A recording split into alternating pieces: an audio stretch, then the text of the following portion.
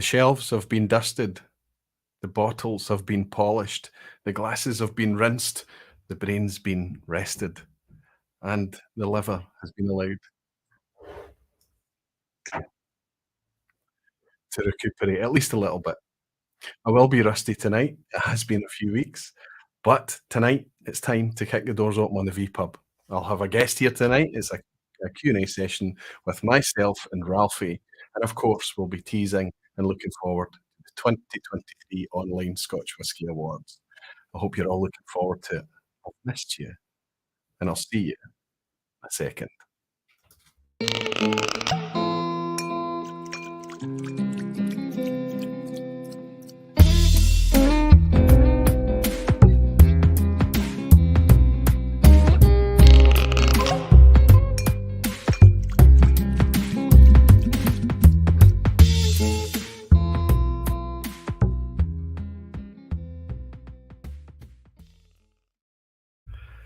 Hello, whiskey folk. Hello, everybody. Welcome to the vPub. Welcome back. Welcome to Thursday nights. I hope you've missed your Thursday night sessions as much as I have. It feels like it's been a wee while, and I am feeling a wee bit rusty. Fortunately, I've got somebody riding shotgun with me tonight. I've got some backup in the shape of the man in the Irish Sea. Ralfy's going to be dropping in a wee bit later on to do a bit of a Q&A session and to look forward to the Online Scotch Whisky Awards. So hopefully things will be a wee bit easier for me. I have missed you all. It's been a fantastic 6 weeks. I've tried to stay away from whiskey as much as possible. I have been super busy. There's been projects and other things going on around whiskey, but I haven't really been indulging as much as I normally would.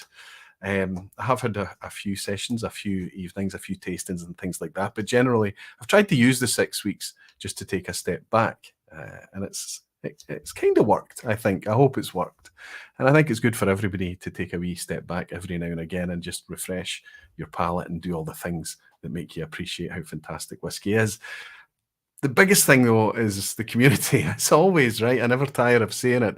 And the reason that I've missed this thing is not sitting here having glasses of whiskey. The reason I've missed it is because I enjoy, the positivity and I enjoy the connectedness with all of you.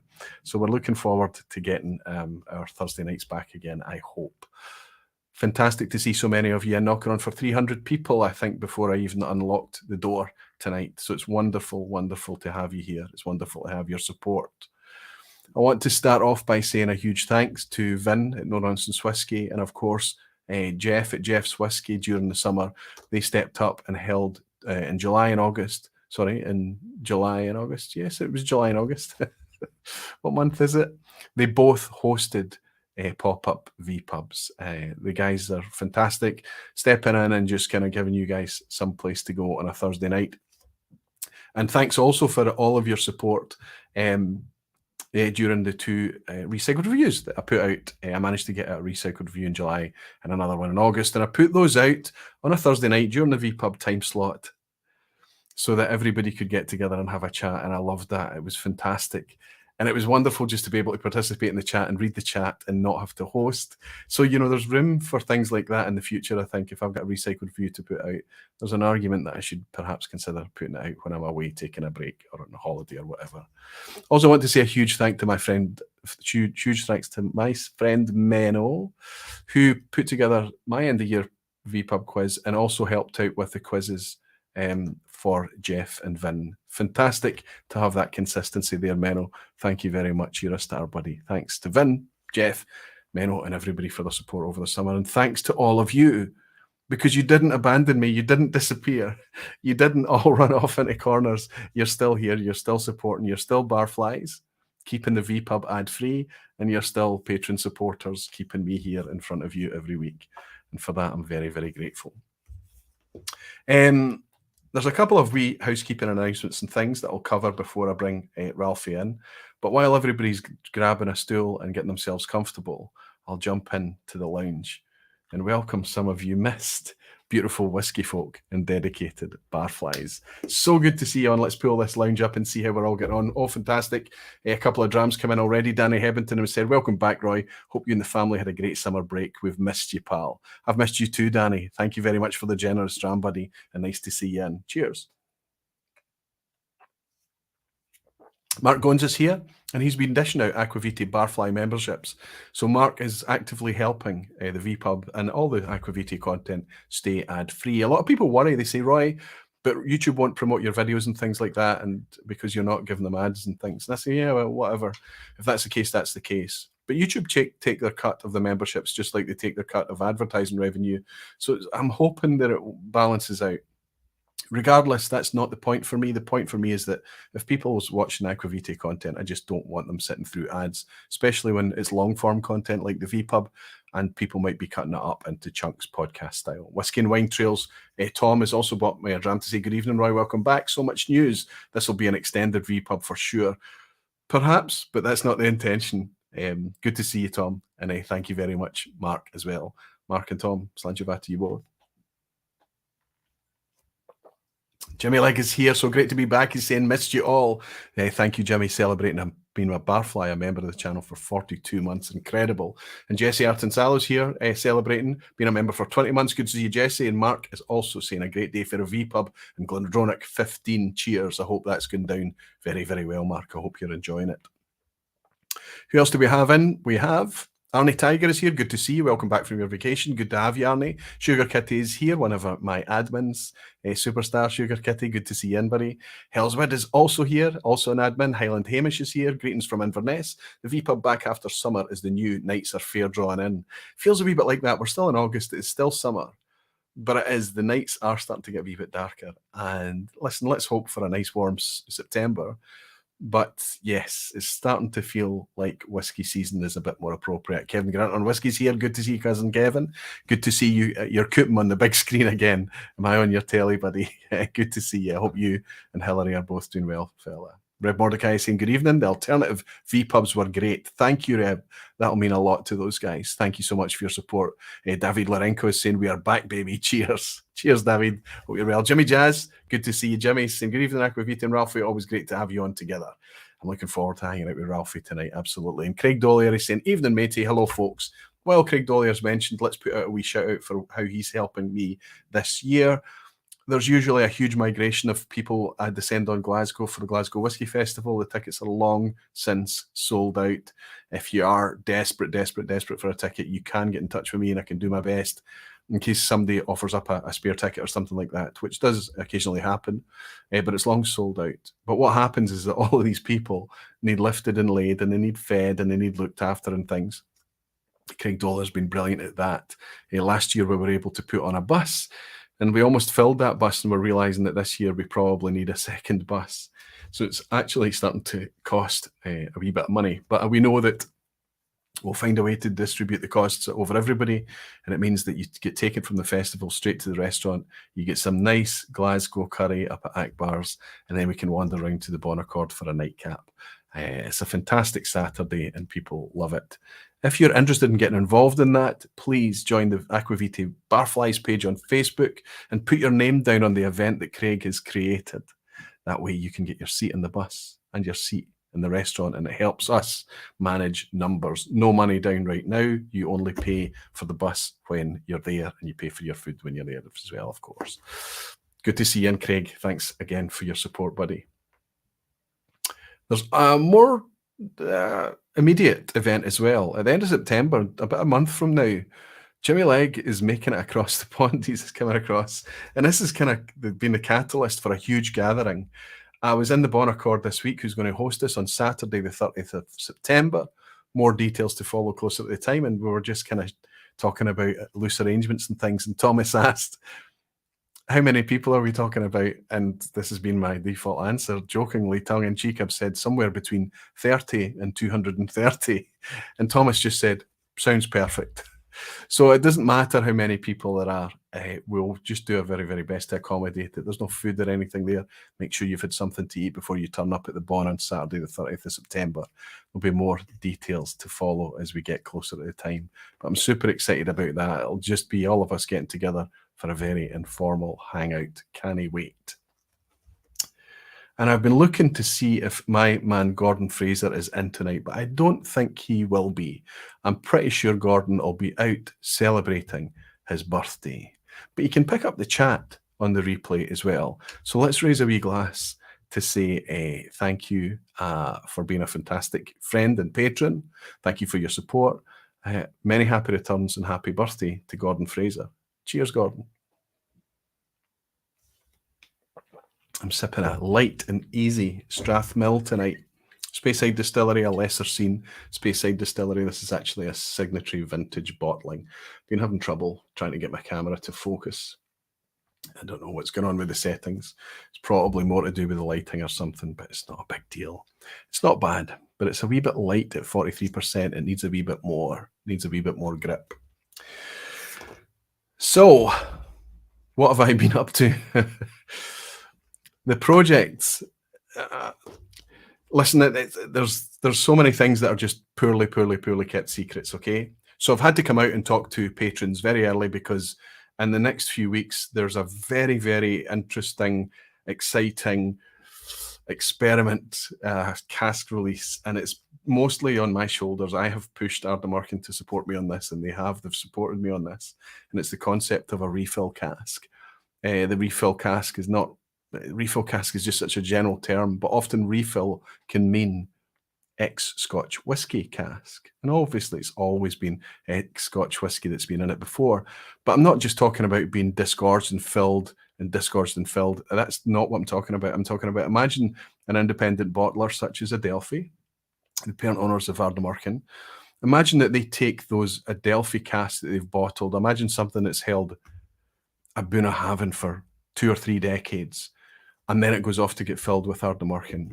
And then imagine another one, a hogshead, identical, goes off to get, after it's been holding Klein Leash for teenage years or whatever it may be, then it goes off to get filled with Ardnamurchan spirit at the exact same time, the exact same casks, the exact same specification, 2 hogsheads, and they get put in the exact same position in the warehouse. And on paper, they look identical. Same vintage, same spirit, same filling date, everything, it looks identical. And the only thing the spreadsheet suggests is ex-Adelphi hogshead. And then the liquid that you get out of these things is just remarkably, wonderfully, strikingly, ridiculously different. So when we discovered some of that contrast up at Ardnamurchan a couple of months ago, I approached Ardnamurchan with a suggestion how to... So those casks are coming out. So there will be fully official 2 casks coming out. There's nothing. The only thing that you'll be able to tell the difference is the cask number and a different color Barfly logo on the label. Everything else is the same. Like I say, vintage, specifications, ABV, everything will be identical. And yet what goes into the glass is stunningly different. More to follow on that. Of course, I have to look after patrons first, the exact same as the summertime release last year from Loch Lomond. They were looked after first as well. The same will happen this year. With it being a hogshead and there being 2 of them, there should be more to go around. So no need for a scrum stampede or anything like that. But yes, that's where we're at on that. It's looking good and I'm excited about it. Also, on Sunday, I begin my week's hard graft at the Springbank School. My friend Bill, who's currently on United Airlines right now, drinking Glenfarclas 12-year-old, I noticed, he's heading here and he arrives this weekend and the 2 of us go off to do our week at Springbank. I'm not sure, Bill, when we put our name down for that. I don't know if you're the guy that's been in charge and managed all of that, but it's years ago. But earlier this year, our name came up and they offered us this term. So I'm excited to go down to Springbank. Now, that gives us an opportunity, doesn't it? Gives us an opportunity to bring a live vPub broadcast from Springbank next week.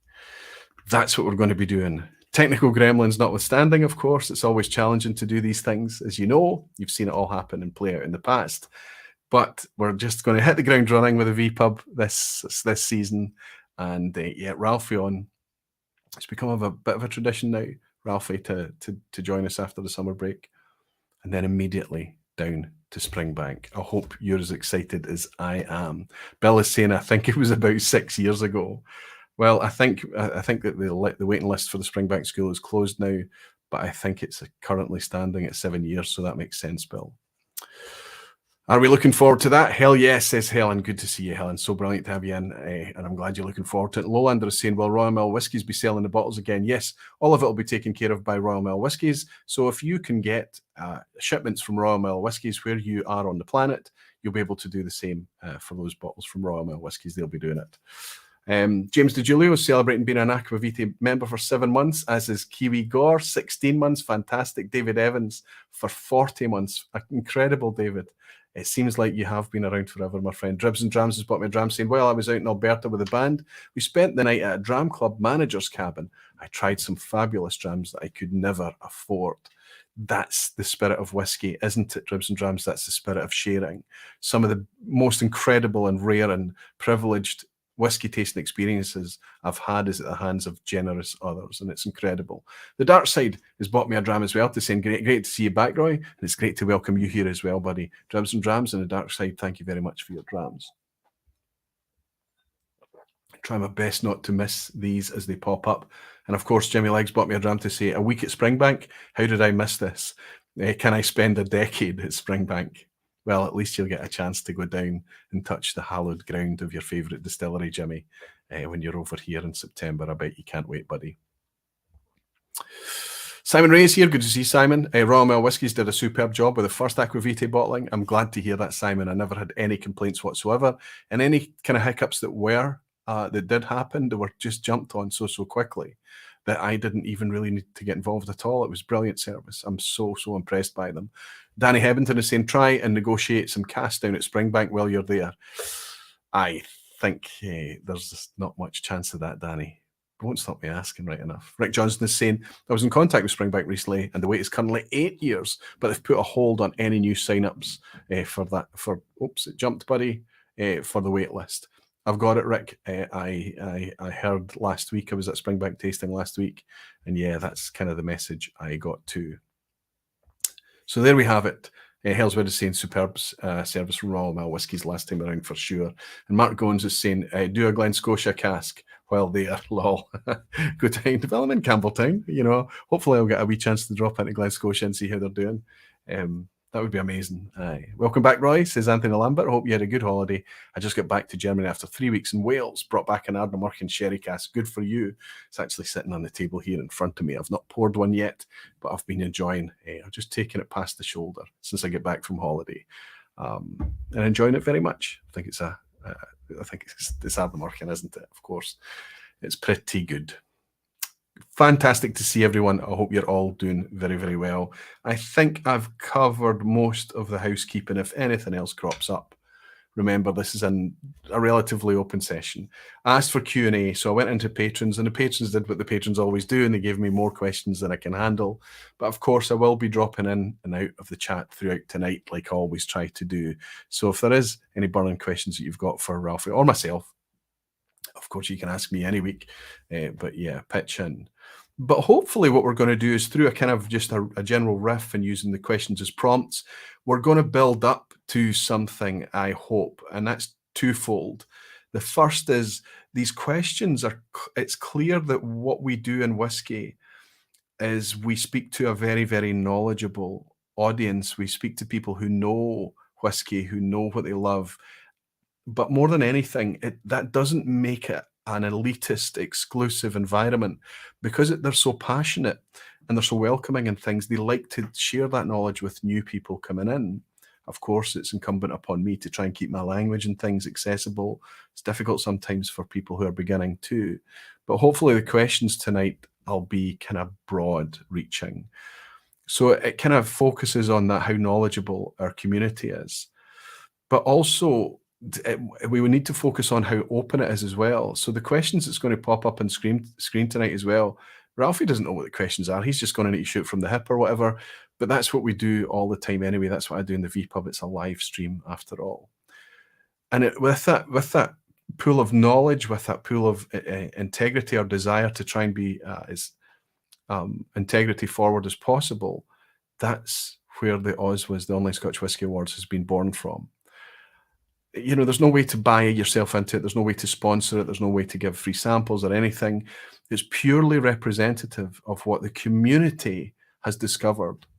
It's not what is selling. It's not what is doing super successful based on the back of deals and discounts and marketing and getting the product in front of eyes through travel retail and retail shelves, whatever it may be. It's not about that. It's not what's selling. It's not the successful brands. It's the good quality stuff that we have discovered as a community. That's what we want to celebrate in the Online Scotch Whisky Awards. And I think we've done an okay job the last couple of years. There's nothing much going to change this year. But later on tonight, when Ralfy and I start to talk about it after the Q&A session, we can cover that. Anyway, I've gone on for long enough. I'm 20 minutes in. That's exactly the estimate that I gave to Ralfy before we went live tonight. He's there. He's popped in. He's waiting in the background. I can see, hopefully, he's sitting there comfortably. And as I said earlier, this has started to become a bit of a tradition. This is the third session now that Ralfy's joined me on the first session back from the summer break. I would like that to continue. That would be fantastic to have him in. And we do this because it's that time of year, it's that season, and we start to look forward to the organisation for the new Online Scotch Whisky Awards. So let's reach out to the man in the bothy, the man somewhere in the Irish Sea, to Ralfy and see how he's doing. Hello, my friend. Hello, hello. Brilliant. Right. Yeah, hang on, I've not finished picking my nose yet. I suggested to Ralfy I wouldn't bring him in cold. I will not pull you up on screen all of a sudden without you knowing and grab you mid-nose pick. Well done. Very, very good. We had, it gets things rolling, Roy. It gets things kicking off. Because it's does. The season, you see. As you've just mentioned, this is the season. It's the end of summer. It's the end of cocktail season and gin and tonics in summer light summer evenings. And we're now heading towards the end of summer. And with the end of summer comes the reek of peat. The reek of peat, yes. And cozy firesides as we head into wintertime, where I suspect most people, it's the time of year that most people get most enjoyment from a whiskey, because one thing it is, it's very comforting, warming, and communicative. I agree. But let's raise a glass and not wish away too many blue skies and hope for a few more weeks of warm sunshine if we can at all get it. It's always brilliant to welcome you, buddy. Fantastic to see you. Are you keeping well? You're looking well. Well, yes. Well, I'm looking quite well because I don't overdo anything too much. It's a life of moderation, which may seem surprising as a whiskey reviewer. And in fact, I was contemplating recently just how much whiskey I've consumed over the last 14 years and 1,000 reviews, because literally it's virtually 1,000 bottles of whiskey opened. Now, I meant to check. What are you at? 490? 489? Where are you now? Review count.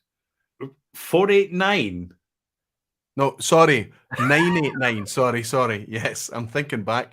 I was just about to mention that I vividly remember your 500th celebration. I remember you just having a very silent, contemplative video. You took the camera out to the beach and you just did a kind of almost a 360 pan around at the beach. Yes. And that was like, that was all you did, this really kind of understated thing. I had that in my mind, but we must be, what, 989, 990? It's 991. 991. And yes, Review 500 was an art project, darling. Right. It was an arts project. The panoramic non-description. I think Ardbeg had something to do with it, although I'm not really connecting with Ardbeg so much these days, to be honest. Well, 500 reviews, where would that have placed you? 2015, 2016, something like that? About that, yes. Yeah.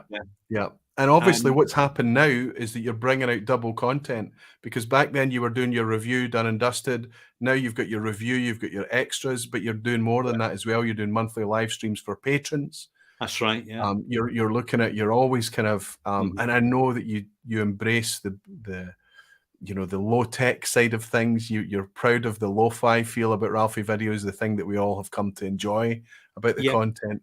But I think that one reason for that, Roy, is because And something I really admire about the new generation of whiskey reviewers is that they're doing the editing, they're doing the screenshots, and they're presenting things very clearly, and the lighting's very good as well. And I'm thinking that just to kind of retain that little bit of differential and variety, I just take the formula that I've got and I don't mess with it. I just keep things really traditional. And of course, it just kind of seems to work out, because when the bloopers happen, and they do inevitably, but when you think about it, when you've been if anybody was literally talking constantly for 4 or 5 months without a break about whiskey, there's things you're going to get wrong.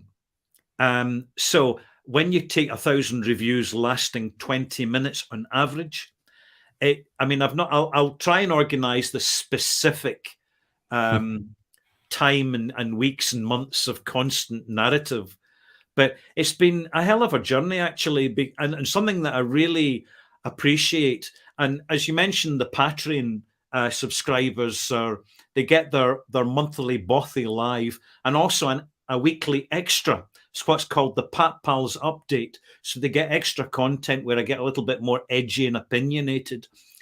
And I really appreciate, particularly when I get the feedback from other onliners and the trouble with lawsuits and trolls and people trying to mimic their identity to rip off their supporters.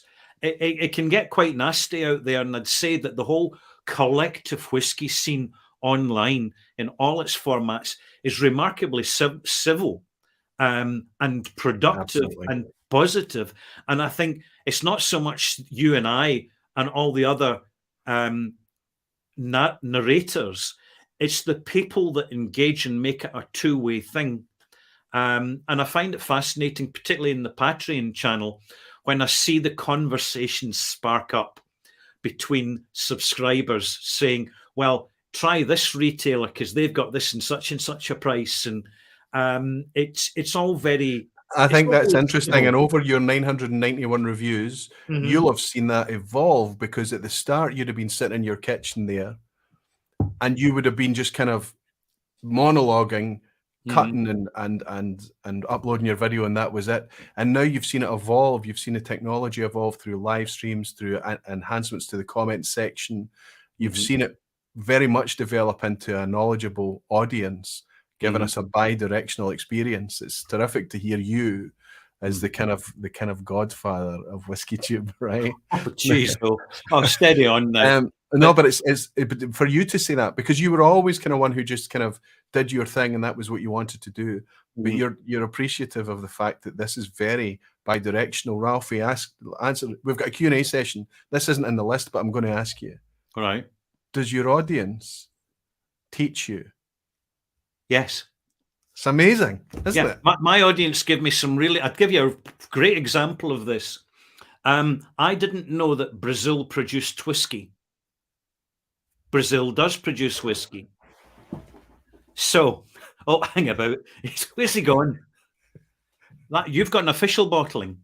Yes, I've got an official... Right. That's actually a gift from... And now it's a Portuguese name, so I'll make a mess of it. I can't remember the chap, but through the Mule Network, it was dropped off with me at the Bon Accord, and I picked up at the Bon Accord. It's the oldest Brazilian whiskey from Union Distillery. Yeah, and again, I was vaguely aware that they existed, but I had no idea that they existed long enough to produce a 15-year-old age statement. This is incredible. Continue, Ralfy. Sorry to interrupt. So the only reason I found about it was because a Patreon subscriber said, Ralfy, what do you make of this at Cadenheads? They've got a bottling of a 5-year-old Union whiskey from Brazil. And of course, this is happening during my the first time I've ever done it, a world tour series where I'm literally going around the planet doing as versatile and diverse as possible with Swedish whiskey, Indian whiskey, Tasmanian whiskey. So you're getting a real pick and mix. And I think what I got out of it is the most successful distilleries around the world are the ones that don't try to be Scotch whiskey. They don't try to mimic Scotch whiskey, because Scotch whiskey is going to do Scotch whiskey better. So if you're a Tasmanian whiskey, keep it Tasmanian as possible. And the Swedish whiskey, for example, which was from Madeira, Sphinx Rock, Yes. although it was lamentably in a 50 centilitre bottle, and everybody knows how much I hate them, but it was such an interesting peated whiskey because they'd actually put a whole load of juniper twigs into the kiln. And of course, you're thinking suspicious that, hang about, is this going to be gin flavoured whiskey? Because, well, there's only one way to find out. So I bought the bottle in the off chance. I'm very impressed with it. But as part of this series, people are telling me about whiskies they've encountered in Nepal, in Antarctica. You know, they found a bottle of whiskey in Antarctica sitting in one of the marine station places, the weather stations there. Goodness knows. And at the risk of not going off or leading you off on a tangent, because I know we're going to get to it, there are facets of the Scotch whiskey industry right now that are pretending like they're still the only record in the jukebox, right? It's fascinating times. It's fascinating times for choice, for selection, for world whiskey. It's going to be interesting. It's certainly a wonderful time to witness. Dan Thompson is apologising, saying, Slancher and Ralfy, apologies for missing the Bothy live last night. I am sure you'll still be able to pick it up on the replay, Dan, and absolutely pick you next time. Jimmy Legg has bought us a drama as well to say, I've watched the first 991 and I'll watch the next 991. Thanks, Ralfy, for showing us how great whiskey can be. And Danny Hebbington is saying, he's our man in a Bothy. Never change that. Ralfy, sir, slanch it. To Jimmy, to Dan, and Danny, thank you very much, guys. Cheers, folks. Appreciate that. You'll never. We've got a lot of ground to cover tonight, haven't we, my friend? We've got a lot of ground to cover in the weeks ahead. This is good up until November. From now, from tonight, it's going to be an intense time. But before we get on to launching and talking about and teasing the OSWAs, people know the format, but we have formally announced it tonight. Let's crunch through some of these community questions. Do you mind? Is there anything off the table? Is there anything we can't talk about, Ralfy? No. Good. No. We wouldn't expect anything else. I can refuse to answer. Perfect. We'll just see how it goes. Let the cookies crumble. Exactly, and I think that people will know. Yeah. That number one, you wouldn't be intimidated anyway. But it's our community; they're not going to take the opportunity to be controversial. They're just going to ask the questions that they feel are valuable or interesting to them, right? So let's get it underway. We've got the questions as have been harvested. This is in no particular order, so I'm just going to grab them. I'll try and keep if I don't get through these all tonight, I'll maybe find another way to do it in a patron only or something. Here we go. Question number one is to me. Oh, wow. So this is Mirko. Mirko did the Springbank week. Actually, what I'm going to do, I met him when he was over here to do it. He's saying, I know Ralphie's, but what's Roy's favourites from each region? Islands separate. So I think that what he did is he asked you and your patron one. This will be an easy one for me to get through. As long as, and you understand this, Ralfy, the caveat is it's impossible to give your favourite whiskey, even if you try and narrow it down to a region or something or a locale. It's impossible because it's based on mood and moment. You mentioned your 500th episode. You did something about Ardbeg, and I think you'd be reticent and you'd be careful about which Ardbeg you chose to do that with today, perhaps. So, it does change. And you're asking, I'm going to be quick with this, so let's go through the regions. Campbelltown. I'll go Glengyle. I just love Coquerrin. I've bought the new 16-year-old. A wee bit nervous that there's a bit more sherry in it. I was hoping it would be mostly bourbon like your last two, but I've not picked it up yet. I can collect it at the Good Spirits Company. It's bought and paid for. I'll go and pick it up soon. Let's go with Glengyle, but that's and any other day it could be Glen Scotia or indeed, of course, Springbank. Let's go to the Highlands. Now he wants the Highlands separate, so I'll go Clynelish. I know it's a Diageo distillery, but my God, that whiskey has reached in and ripped my heart out on so many occasions over the years that I can't help but love it. Let's go with the Islands. Ooh, this is tougher. This is tough. In fact, for the Islands, I'm gonna go with a cheat. I'm going to say the one that's made me most excited for the future, and that's Lag. The weight of Lag, the robustness, the brutal, no holds barred nature that Lag's shaping up to be. That might, if that's the way they go forward, that's going to be an interesting distillery to chase in the future. But there's lots in the islands, isn't there? My goodness, Tobermory, and there's so many to choose from. Rassie stole a bit of my heart when I was up there a few weeks ago as well. Yeah, let's move to Speyside region. I'm going to cheat and say Imperial. Okay. Listen, you might agree with me, Ralfy, but Speyside, despite a few bright lights, you know, we've got Glenallachie doing interesting things, we've got Benromac doing fantastic things, but considering that the most concentrated distilleries in Scotland is in Speyside region, I think it's a bit dull. There needs to be more vibrance in Speyside, but let's go with an old favourite of mine, Imperial. And if we're looking for active distilleries, that's what people are actually after today. Let's pick Benromac. What does that leave, Ralph, for the Lowlands? Is that all I've got left? Leaves Islay. And Islay, of course. And Lowlands, yeah. Oh, did I pick another? On Islay, Bunnahabhain. Bunnahabhain, right, so. A good Bunnahabhain, a mature Bunnahabhain. You know, people think that Bunnahabhain's light because it's unpeated, but Bunnahabhain can be potent, very, very potent. And when you get good Bunnahabhain and a good cask, I think it can be something to savour. So based on mood and moment tonight, let's go Bunnahabhain. And in the Lowlands... Sorry to interrupt, but Bunna is now increasingly appearing as a peated version of Bunna. Absolutely. Sometimes bottled as Stoisha, and it's very characterful. In fact, it's got the same gravitas as Lechake from Tobermory. There's a video online of the Scotch Test Dummies. It's a bottle I gave to them. It was wonderful. Mm-hmm. But there's literally, they have got their heads in their hands reviewing a bottle of Bunnahabhain Moynia, which is their peated spirit, the Stoisha. Yeah. 2007 vintage, I think it was. And they've got their head in their hands just going, and Bart says, he's holding his glass and he says, "This is why I love Scotch whisky." Incredible, very, very powerful dram. And then at the Lowlands, it would be easy to say Daffmill, that lovely, elegant, delicate spirit, that estery spirit coming from Daffmill. But I think people are looking for something that people get their hands on. There's so many to choose from now. In the past, we've only had one or two, Ralphie, but now we've got loads to choose from. Let's say I am most curious, perhaps, tonight about Lochlee. There you go, Marco. I hope that's okay. Let's get questions that's maybe going to be more interesting for everybody that's not from me. So you've already answered that, Ralphie, but I imagine you don't remember what you answered, Marco, right? I do, yes. I said Bladnoch. Young 8-year-old, really young Bladnoch can be quite green and Irish in nature because Bladnoch is got remarkably close to Ireland. And so it tends to have that sort of Irish side to it, particularly a younger age before the casks really kick in.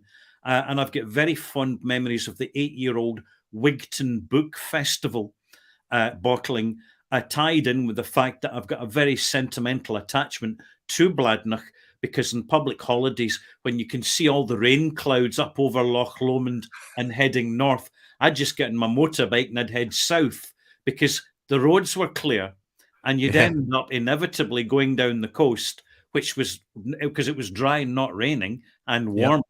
You'd end up at Bladnoch, and Raymond Armstrong was always very unassuming at a time when the industry collectively was suspicious of online active people who weren't officially approved. And that's just the nature of it. I'm not judging it in any way. To be honest, it worked out really well for me. And I get this really valuable connectivity with Bladnoch. For the Highlands, I think I said, not quite, Edradour, I think I said. Good call. Islands, I think it would have been, I'm forgetting what I said now, actually. Island... Rassie would be a good call the way things are going there, because their wood management's excellent. But Arran's definitely, it's the consistency of Arran and accessibility of Arran. You cannot fault it. And also the intelligence of their bottling and presentation. It's actually been adopted the new bottling presentation, although everybody's really pining for the old bottling version of their 14-year-old, which has now become legendary. And it's very hard to find. This is what people are scouting the auctions for, the 14-year-old original Arden. Speyside was easy for me. I said Mortlach, but only independent bottlings of Mortlach. And here's the rub. It's because it's very difficult to get Mortlach through independent bottlers. Now, as a young 8, 9, 10, 11-year-old spirit, now it's 15, 16, 17, 18-year-old. And unfortunately, the casks tend to be compromising the fullness of that fabulous savoury signature that you get from Mortlach, which unfortunately is just not done justice by as an official bottling. And even if it was, Ralfy, I can't afford it. I'm sorry. The non-age statement, £250. I don't know who's going there. I don't know who's buying that, but good luck to them. It's not for me. Absolutely. I agree with you. Yeah. Same for me on the Klein Leashes of the world and the other Diageo releases. Independent bottlers are still where it's at. Yeah, and for Islay, how long it's going to last. And for Islay, I was kind of close tie between Kilhoman, because the Sanig bottling is superb, and Port Charlotte from Bruichladdich. Good call. Terrific calls. Fantastic. Yeah. And your memory's pretty good then. Well, I hope it was just last night Mirko asked you that. Good. Alistair McPhail saying, hello everyone, nice to meet you on Tuesday night. I felt honoured. Alistair, that was brilliant. The amount of times that we could have met in the past and we didn't, but we managed it this week. Terrific to bump into you at the Bon Accord, buddy. It was an absolute privilege. I hope you enjoy the rest of your time. Tom Elmer is saying, the only Rathmel I've seen in the world was very dear where I am. It's very dear where we are as well, but that's because that you just don't see it. It tends to be snatched up before it even hits a shelf, Tom. I know exactly what it's like if you ever make it across, buddy. Or if I'm coming over to you, remind me and I'll maybe try and pour you a wee Daftmill. Anthony Lambert is saying, my question for Ralfy is, has he ever met the Manx missile, Mark Cavendish, the cyclist? He's also from the Isle of Man. The whole island must love him. Have you ever met Mark Cavendish? No, I haven't. He lives in England. From the Isle of Man, but no chance of bumping into him if he's living in the mainland, right? Yeah, I mean, he comes from a little village in the Isle of Man called Laxey. And what I notice living here is it's a very eccentric place. Probably one reason why I kind of fit in. It's a very kind of slightly surreal place. And you've got this kind of really old-fashioned sort of sensibility.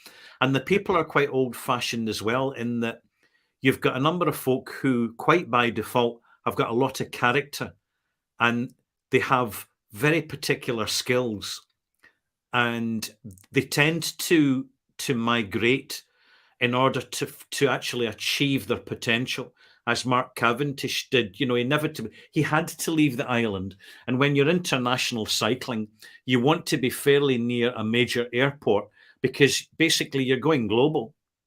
You can't cycle across seas. Well, they do have certain devices for that, yes. But he's had a long, successful career, and the island's enormously proud of him because he has been a good ambassador. He keeps his own counsel. He's stoic. He connects with his fans. And he's good. He's the sort of personality that's good for road racing, for cycle racing. And cycle racing, in return, comes to the Isle of Man. You have your annual Gran Fondo on the Isle of Man, which brings an international posse of cyclists who spend a lot of time in the rain going up and down hills and avoiding the sheep coming out in the road. But it's that sort of place. And There's other fairly people who have done really well. They're maybe not as famous as him, but they've done really, really well. The one thing about the Isle of Man, though, is that their knowledge of whiskey is very restricted. And I mean, I'll go into my local bar, right? But they've got Ralfy living there. Yeah. So I go into the local bar, which, funnily enough, my locals just won the regional heats of the Camera Awards for the second time. So it's a good little bar, great atmosphere. in Ramsey. It's called the Trafalgar, and Right. they actually have their own really decent brewed own beer because the owner is a brewer, and I've just polished off an old bottle. When I'm in, I always have the wee chaser, because Yeah. it's Ralfy's here. He's going to have a whiskey. Oh, which one's he going to go for this time? And I'm looking at the shelf. Ardmore Legacy. Right, I'm not making this up. Ardmore Legacy. Tamnavolan. Right. Isla Jura. 10-year-old. And then I look at the Lafroig 10-year-old and I think, all right, I'll go for the Lafroig 10-year-old. Fingers crossed, I'm actually get a decent batch. And fortunately, the last times I've had it, because nobody else seems to be drinking it, it's been decent. But there's this old bottle of Grant's, right? They've had it in the shelf for absolutely years, and nobody was interested in it. So I started buying it. And literally, you're getting this blend from the late 1990s, when it actually had some grassiness and flavour in it, and was better made than it is now, frankly. And it just takes me back to Glasgow in the 1980s, actually, because it's a bit weird, because when you've got this sort of timeline that it's not 5 years I've been into whiskey, it's 35 years I've been into whiskey. I really sat down with my first bottle objectively about 1985, and Wow. it was, as you know, Roy, it was such a different landscape then. And the favourite in my local, living in Glasgow, in the local pub, there was it was the single malt that nobody really bought unless they were from Isla or the Highlands, and it was Bunnahabhain 12-year-old. Standard 12-year-old green bottle, 40% chill filtered. Yeah. But even then, the quality was coming through, and there was a simple reason for that. They were regularly putting older whiskey into it because it simply wasn't prominent. And the way they kept the brand visible was the actual quality in the bottle, which the Highland folk and the Isle of folk appreciated because they knew it so well. I know, and they had the deeper stocks that weren't going anywhere, and nobody was particularly interested back then, of course. They hugely deep stocks, actually. They were Aye. overproducing for a long time. It's going to be interesting. I mean, I think a lot of these kind of dynamics might weave into some of the other questions. Whiskey Wings is in as well. Good to see you guys. Whiskey Wings, part of the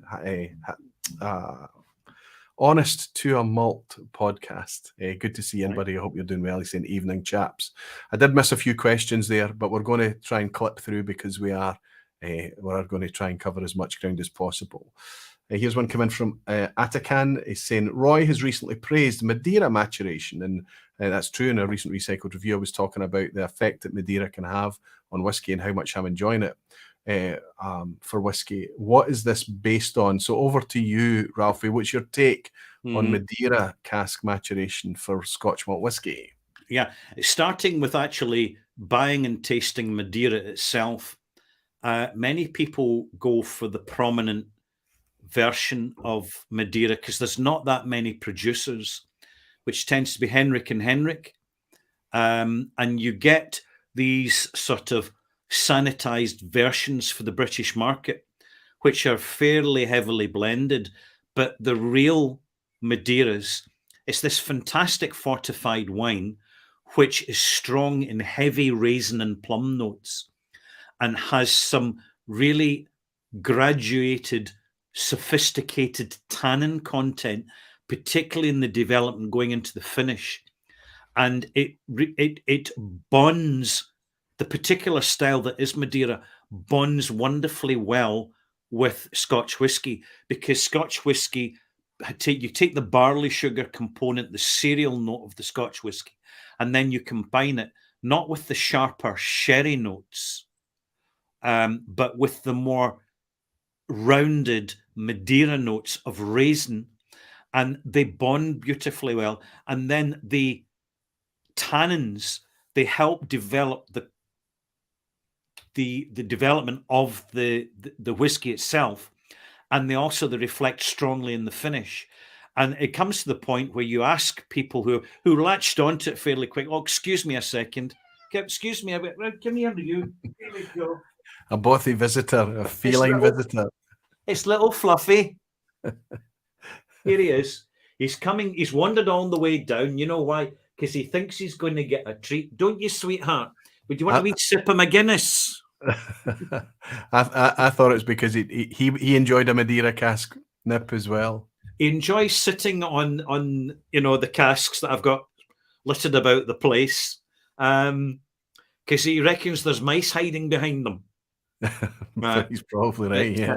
Getting back to Madeira, Madeira bonds beautifully well, and I can't think of any Madeira matured whiskey that I've not enjoyed, to the extent that when I've been sort of maybe buying a few casks, and I don't have that many, but it's just a really, really interesting thing to kind of do. Because I've sold bottles of whiskey, because I'll never open them now because I'm buying stuff for review. So I bought a few casks, and I bought a cask of Foursquare rum. And I said, no, this needs a Madeira cask, because rum also works beautifully well with Madeira cask, because the Madeira, the tannins, they take away the overt sweetness that can be in a rum, particularly a younger rum.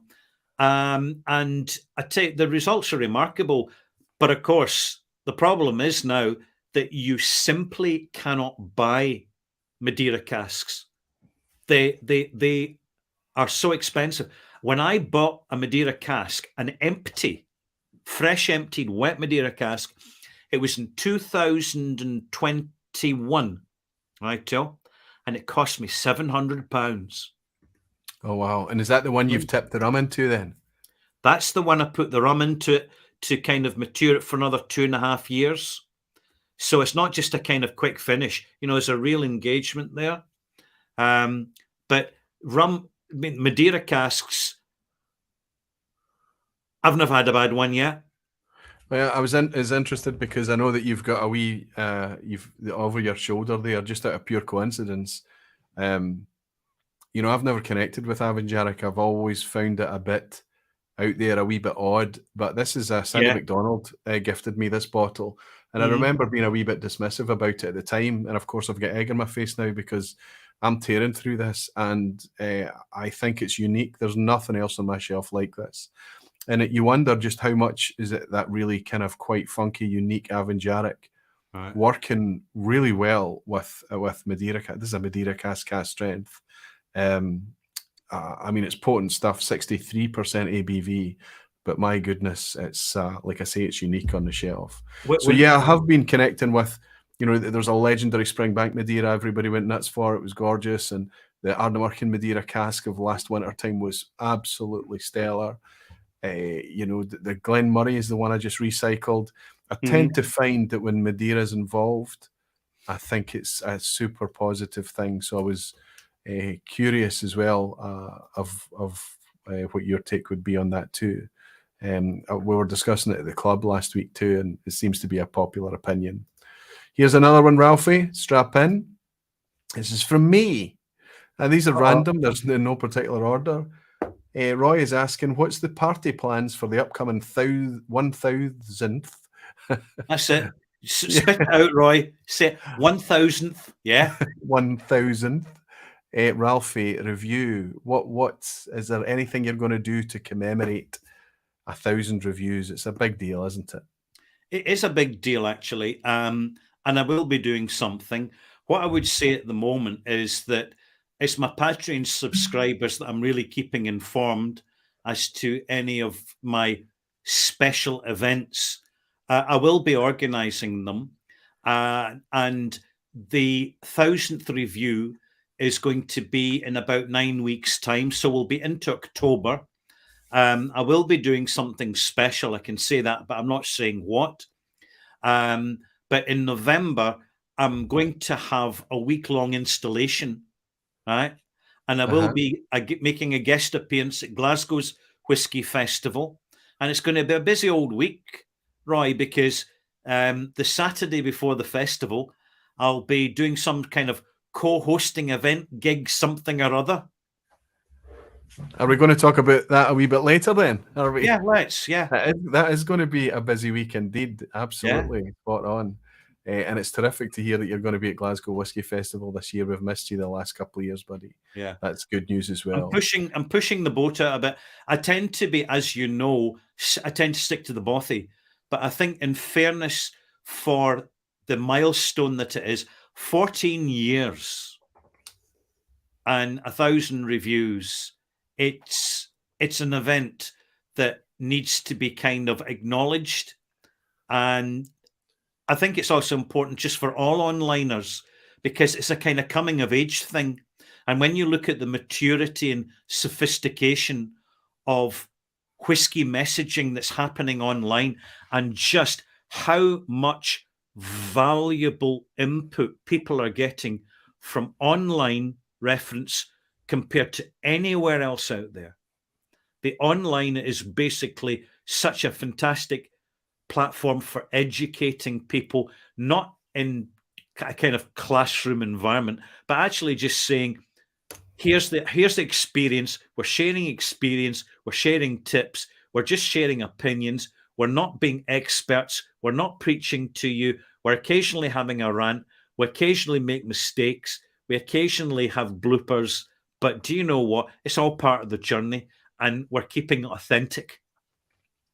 I agree. And as we've already mentioned, I think we both appreciate that bi-directional nature, that idea that we are not experts, but we are like-minded enthusiasts. Anthony Lambert has just admitted that he turned 57 last week, and he's been enjoying drams since 1986. There you go. So he started pretty early. Let's raise a wee glass to say many happy returns, Anthony. Cheers to you.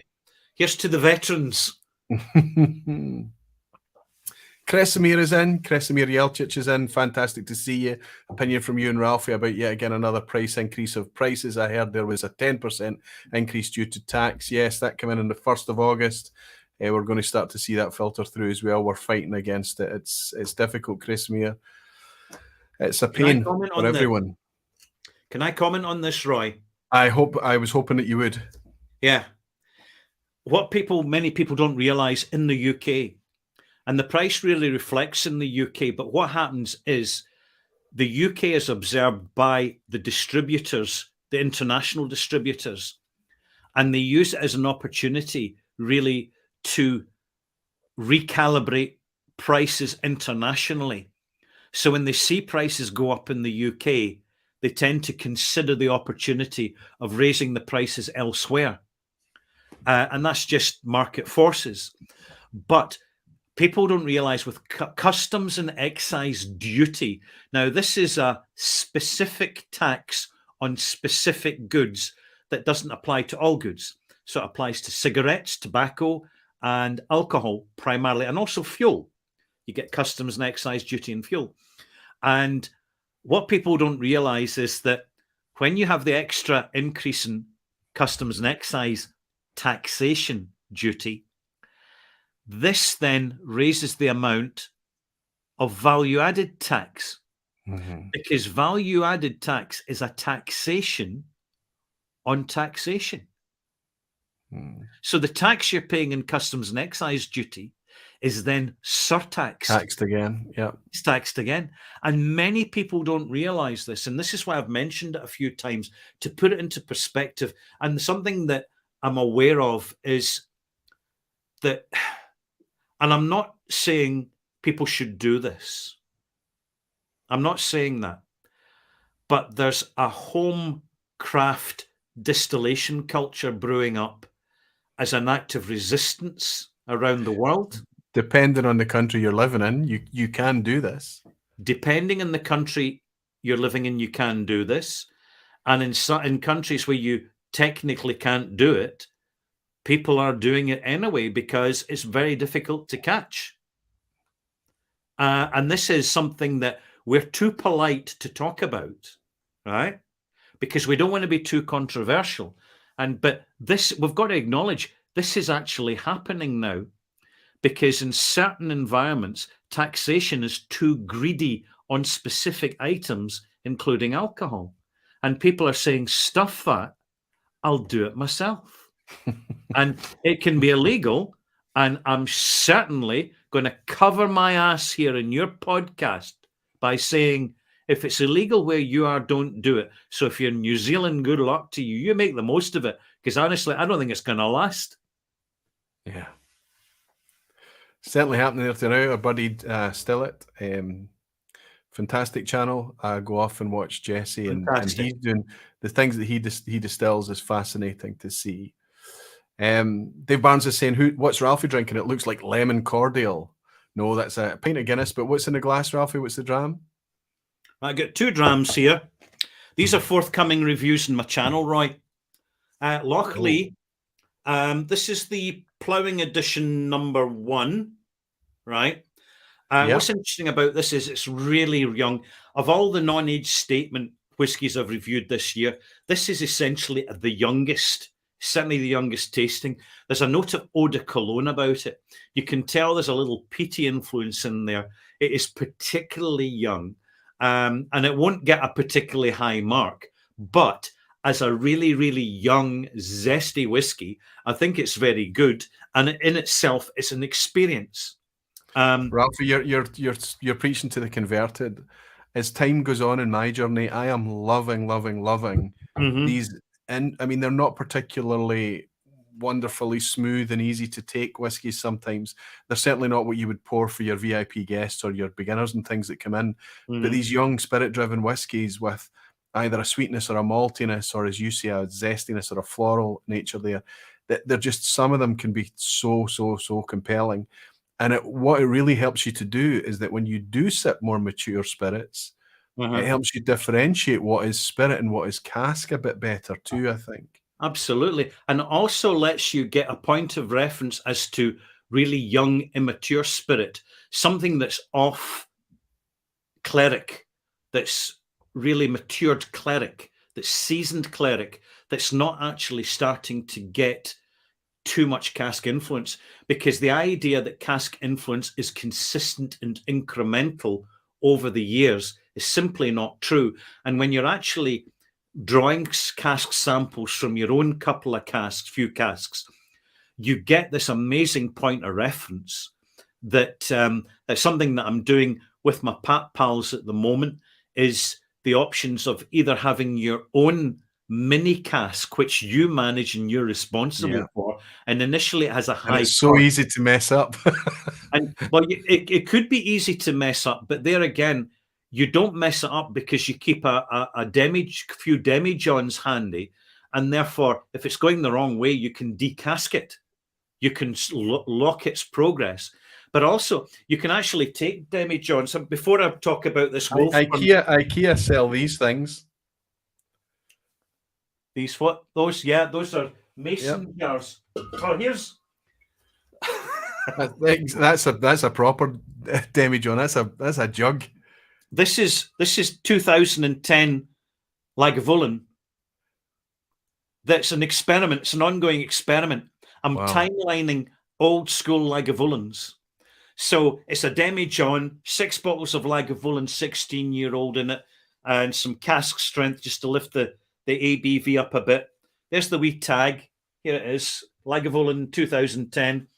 That's when I actually put this down, because Armagnac doesn't mature in glass, but it conditions in cask. It weathers in glass. There's a difference between there is maturation's maybe not the perfect word, but it's still the word. You know, it's just it certainly develops, it changes. Yeah. And you and I know we play at home with these things, these infinity bottles, and I've got a dose of infinity bottles, and you mix it and it's not right, and you do nothing but leave it for a while and forget about it. You go back to it, and it's suddenly changed, often for the positive, right? Absolutely. And it's incredible how positive the change can be.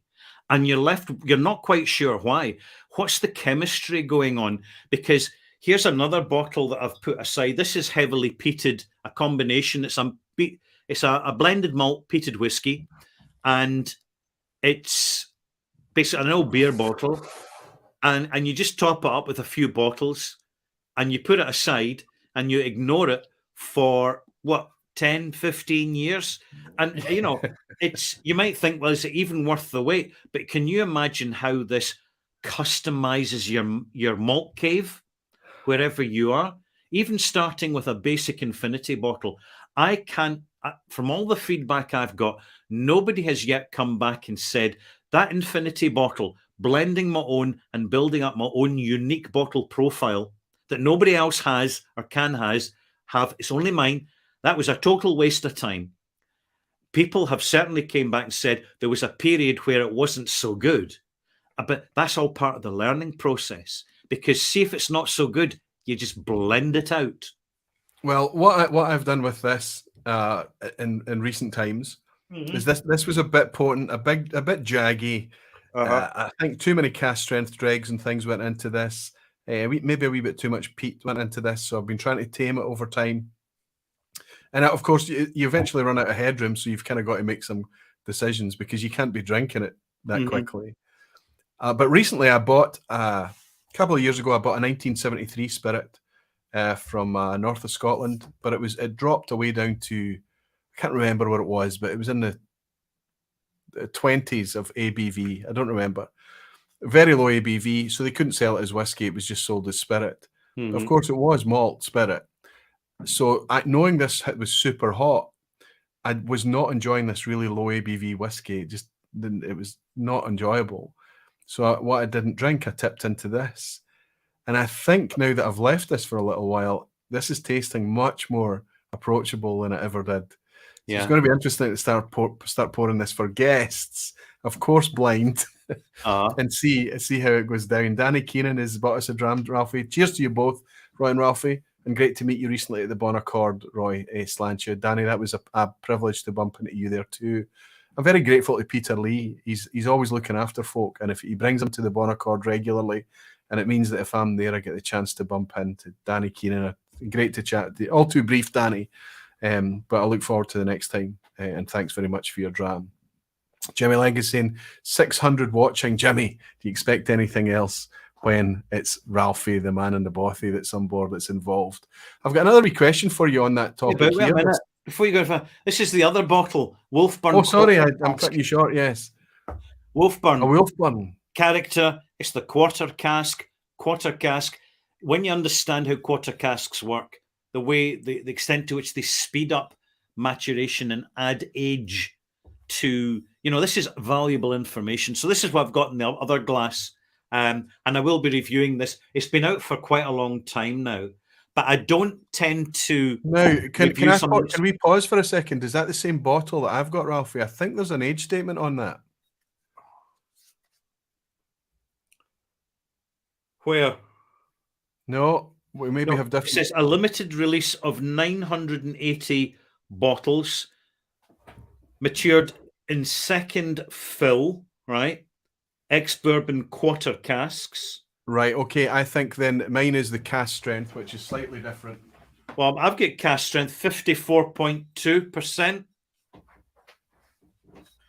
Fortunately, because the vPub has been dusted and reorganized, I've been able to put my hands on these things.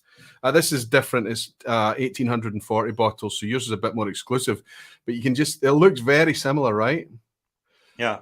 But right in the center there, in a very small number, it's not going to focus the cameras tonight. But this, if I could get that to focus, it would be incredible. But it's not going to do it. It's 7 years old. Right. So I wondered if yours had a hidden age statement as well. No. It's the Father's Day edition. Little Father's Day. Yes. Okay, they do that thing. So that's amazing, because this is a thing that we didn't enjoy with Ralfy content up until very recently. New distilleries, non-age statement stuff and things like that. And I think the time is right for you to take it on board. I've got, based on that wee topic that came up there about the amount of watchers, here's one that's come in from Barris. Barris has asked, do you think the industry watches onliners? Now, this wasn't his question exactly. He suggested that there would be a specific party in the industry watching tonight. And I've twisted it a wee bit just to ask you, do you think that they watch? I mean, not that we care, but we talk so much. And surely there's a proportion of what we say that is representative of community opinion that may be useful feedback. Do you think that they even care? I wonder. The way you worded that, do you think they even care? I wonder. Yeah. Right. And I have to, and I have to caveat that. Sorry, Ralfy, just before you answer, I know you'll agree with me on this. There are huge swathes of the industry that have got no interest in watching Roy and Ralfy or any other kind of online commentator out there, I know. But there are lots that are genuine kind of whiskey geeks and love the fact that they work in whiskey. They're very passionate about the product and things. So to broad brush them all with that, the industry or the producers or something, is a wee bit rude. And I hope it can be forgiven just out of curiosity for the sake of discussion.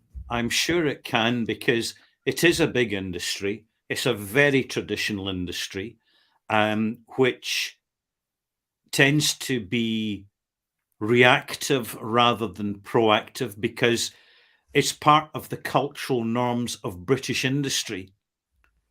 And I think this is a handicap. I think that the industry collectively is slow to acknowledge the extent to which things are changing globally. And I think there is an assumption within the industry that Scotch whisky will always be the top dog. And yes. I think that is going to be challenged. And I think the major challenge is going to come from the USA, with a whole new generation of single malt whisky producers who are heavily backed by already existing bourbon producers. I think that when you have such innovative, listening, dynamic distilleries in Texas, like, is it Texas? I think it is Iron Root. Iron Root is in Texas, yep. Denison, Texas. A distillery that actually comes out to the whiskey enthusiasts event to sit and listen, right? Oh, aye, they're part of our community. They are absolutely integrated in our community. And because they're producers who are willing to engage and talk about the things that are not always easy to talk about, like the business side, it's wonderfully, wonderfully eye-opening. And it tempers everybody's perspective and realization, Ralfy. I think you're absolutely spot on with that. I'll give you a wee story. You're going to love this. I don't know if I've mentioned it before. Back in the early days, I was curious to know where my audience was coming from. And most of my audience were coming from the USA, Britain, and Germany. That's where the audience started.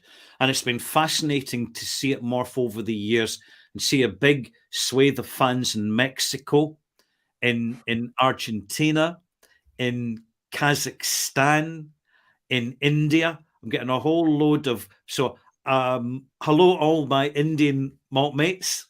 It's lovely to see you. Because you recently reviewed a Piccadilly Indri. I did, yes. Not finished there, because I'm going to be, before the end of the year, I'm going to be reviewing Rampur, which for a Scotch whisky drinker is even better than Indri, because it's actually got more bold stylist about it. But they're both really good whiskies and very accessible. And sure, I'm not giving them big mega malt marks, because I really think that as time goes on, distilleries need to try harder to earn their marks. They need to cross the T's, dot the I's, and if they're going to continue chill filtering and try and lump the educated, informed, articulate, high-spending, time-committed enthusiast in with their passive consumers, and then flip us off with their patronizing, condescending, rehashed, bland, banal marketing tosh, there comes a point that it gets increasingly condescending and insulting of not just our intelligence, but what we actually know as an online educated, informed community who have shown a lot of commitment towards seeking and connecting with what Scotch whisky can be, this amazing spirit. And it's becoming world whisky, what world whisky can be. And you've got over 100 distilleries going to be the single malt whisky producing in the USA. I'd say the Scotch whisky industry should not be resting on its laurels for 1 minute. And I think, unfortunately, there is a swathe within the industry, particularly at the higher levels, that take too much for granted, and they're making a mistake. Well, I think that you and I agree also that there's two sides there. That idea that Scotch can't necessarily always be the top of the tree, right? But also forget about the fact that competing and which is the best or anything. Just consider that Scotch is one of Scotch's biggest export markets. In fact, if you include blend and malt, it is the United States, it is North America. Absolutely. If you consider then that surge in local product, we're not competing with them. They'll just not buy Scotch anymore. They'll buy much more domestic product. Yeah, it's cannibalizing our export market, and yet we pretend because Americans have a strong sense of national loyalty and supporting their own, and they're quite right. There's a huge kind of heritage there of migrant. They can trace back their heritage to Europe or wherever it may be.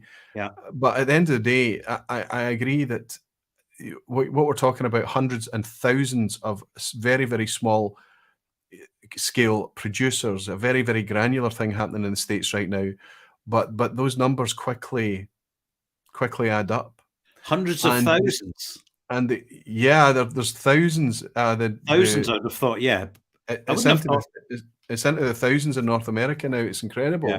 But some of them are so small that the likelihood of us even coming across them is very unlikely. But they're certainly doing a great job locally. Absolutely. And I think that's the danger there, is that as those products mature and they get better at what they do, people will compare Scotch, which is pricey and expensive and often under-delivering. I don't want to be unfair. I mean, I think Scotch is genuinely still remains top of the tree today, but they're pricing themselves. The tree can't hold up the weight anymore, right? It's just so expensive. It's not only that, they're chill filtering too many really good whiskies, and in doing so, they're diminishing them because they want to lump the real customer, the committed customer, in with the passive occasional consumer who's just buying an odd bottle now and again for a golfing trip or a birthday treat. And it's really not fair. This is why you and I are proactively, and it's fairly transparent, Roy, we're proactively connecting with the small distilleries now, the smaller distillery, and it's not just Springbank. We're absolutely delighted for Springbank. Springbank have waited a long time for this moment. Absolutely. But what we want to see is, rightio other distilleries, if you do a Springbank, you'll have a Springbank moment. And this is why and I think when you talk about lumping the audience, we're also seeing that with the product as well. We understand the need for consistency in a blend. It's got to be the same every time by the consumer who expects it to be the same every time. But when you come to a batch-made product like malt whiskey and you try and crowbar it to behave the same way as this mass-produced blend, I think you're at odds with the product, and you end up having to fight the product and then having to fight the market and trying to explain it. I mean, it's not a difficult thing to get your head around a vintage or a batch-made product, right? It's not Jimmy only, Legs. Sorry, Ralfy. It's not only that, Roy. It's the fact that it's so difficult to actually run a distilling business in the UK because of all the red tape, health and safety, overkill, the licenses. Not many people know this, Roy. If you open a distillery, you have to have a distiller's license, which is renewed every year and costs £thousands, right? That's only for whiskey. If you're a whiskey distillery and you want to produce some gin, you have to apply for a separate distilling license for that. I wasn't aware of that at all. I was not aware of that at all. I didn't realise that it was down to the product. Yeah. Jimmy Legg is saying, I think we can say for sure that two distilleries care, Loch Lomond and Springbank. So Jimmy's obviously, he's been connected with Springbank for a long time. Loch Lomond, I imagine, is a much more recent discovery for Jimmy. I'm glad to hear you're enjoying them both, Jimmy. Freddie Moses is saying, have you both tried aged Bulgarian rakia? Rakia? I've never even heard of it. Freddie, you maybe need to educate us a wee bit there. So it's obviously something that's matured. It's something that they're aging, maybe a bit like grappa or something. There's so many really good quality spirits that are indigenous to many European countries and beyond. Brandies, aquavits that we never see. Plum brandies are obviously a great example. across many Eastern European countries, and we don't have access to them. And they are in their own right. They're quite phenomenal. And we see that, I mean, Italy alone, in the diversity of spirits and beverages they produce, even limoncello, an authentic homemade Italian limoncello. And bear in mind, in Italy, the distilling lorry drives through the villages, and it stops at the villages, and people bring out their lesser wines, right, that aren't fit for the table, and they distill them into spirits. That still exists. It should be in Scotland. It should be across Europe, but they still have it in parts of France, and they have it in Italy, and it's a wonderful, wonderful thing. I got to try some limoncello when I was last in Italy at Amalfi, the town of Amalfi. Beautiful spot right on these jagged limestone cliffs cascading into the Mediterranean.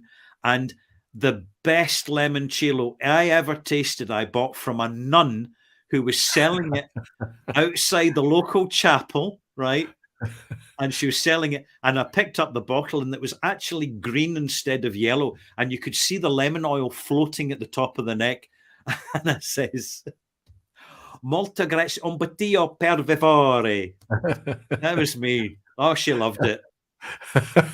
Did you enjoy the limoncello? I did. I gave her a wee saucy wink as well. I am a fan, and especially I think she enjoyed that. Saucy wink and a tip.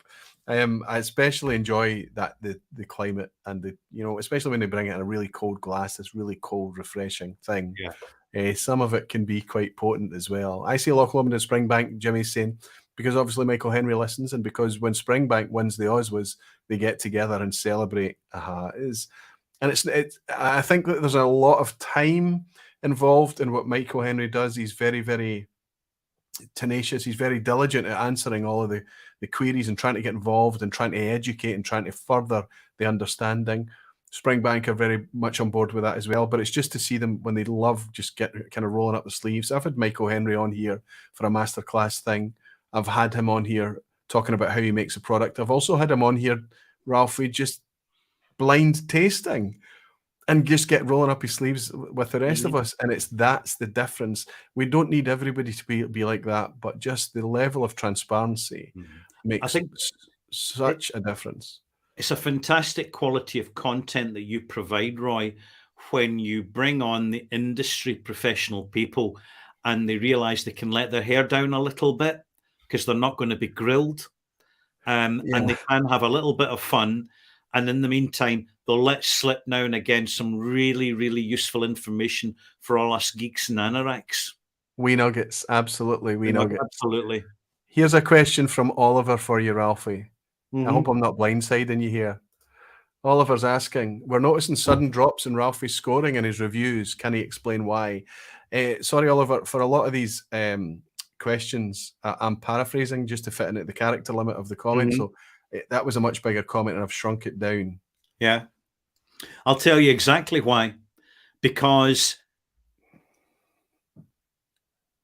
there's a tendency over time to become too generous, to simply become too positive, too generous, and too affirming when whiskies, when you're noticing purely through experience, you're noticing the faults and the flaws, which are not immediately obvious to an average palate.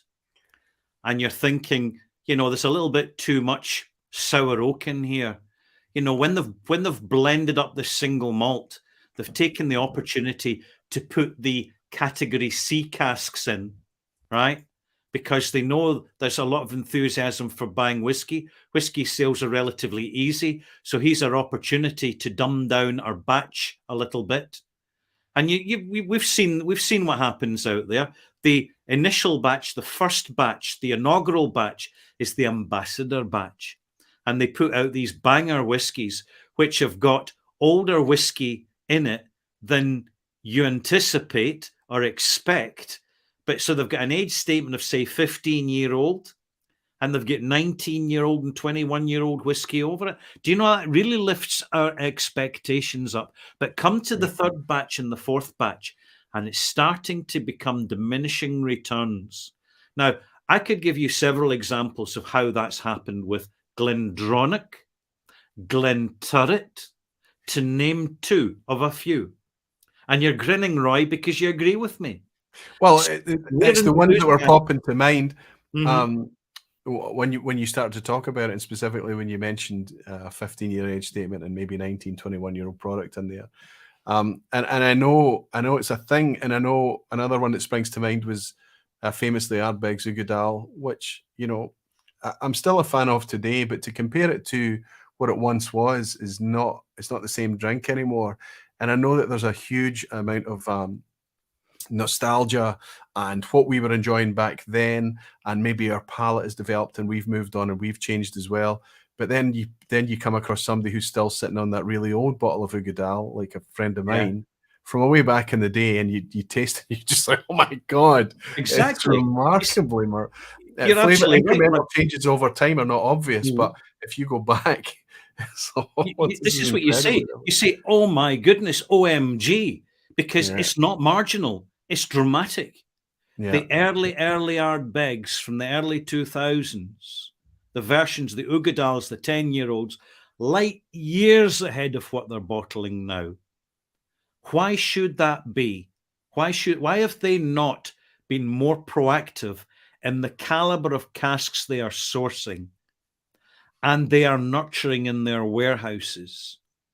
And it comes with experience. See, I'm opening a bottle of whiskey every single week, Roy, and I have done for the last 14 years. And then I open maybe another bottle, and I maybe open a sample bottle because someone's asking my opinion about something.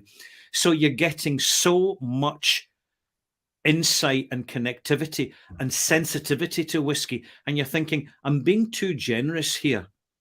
I'm being a fanboy. I'm becoming a default brand ambassador and cheermeister for an industry which doesn't seem to be trying quite as hard as it used to in terms of the caliber of what it's putting in the bottle that actually in the old days created its reputation in the first place. And another reason, Roy, is because every time I was scoring something 90 out of 100, some retailers, particularly in the USA, would just automatically go, rightio, let's slap another $20 in that, or we're going to pull this bottle off the shelf. This is going to become collectible. We'll put it up in our shelf in a year's time and just say, oh yeah, I remember when Ralfy reviewed that, he gave it a 90, you know. So there's been profiteering over the positivity over my scoring. And frankly, it's happened quite a number of times for quite a period of time, and it's pissing me off.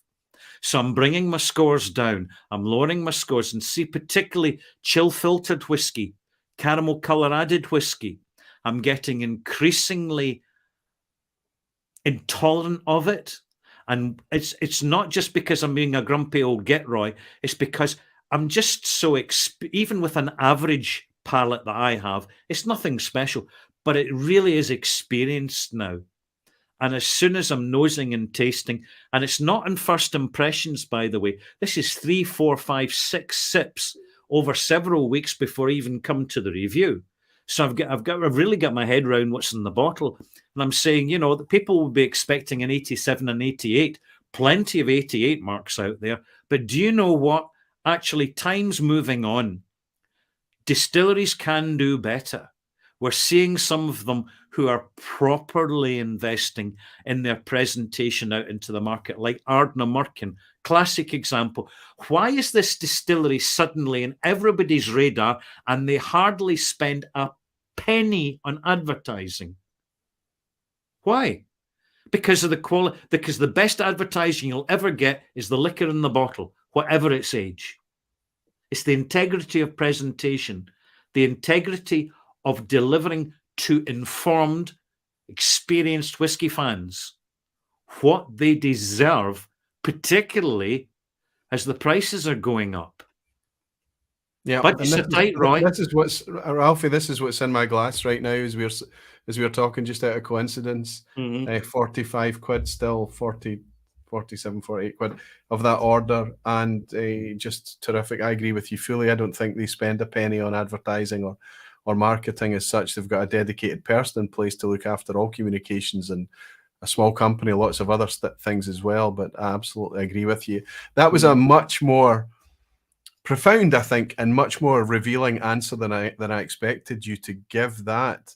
I thought there was a certain amount of kind of a backlash to the Whiskey Magazine 99 out of 100 for honestly pedestrian whiskey.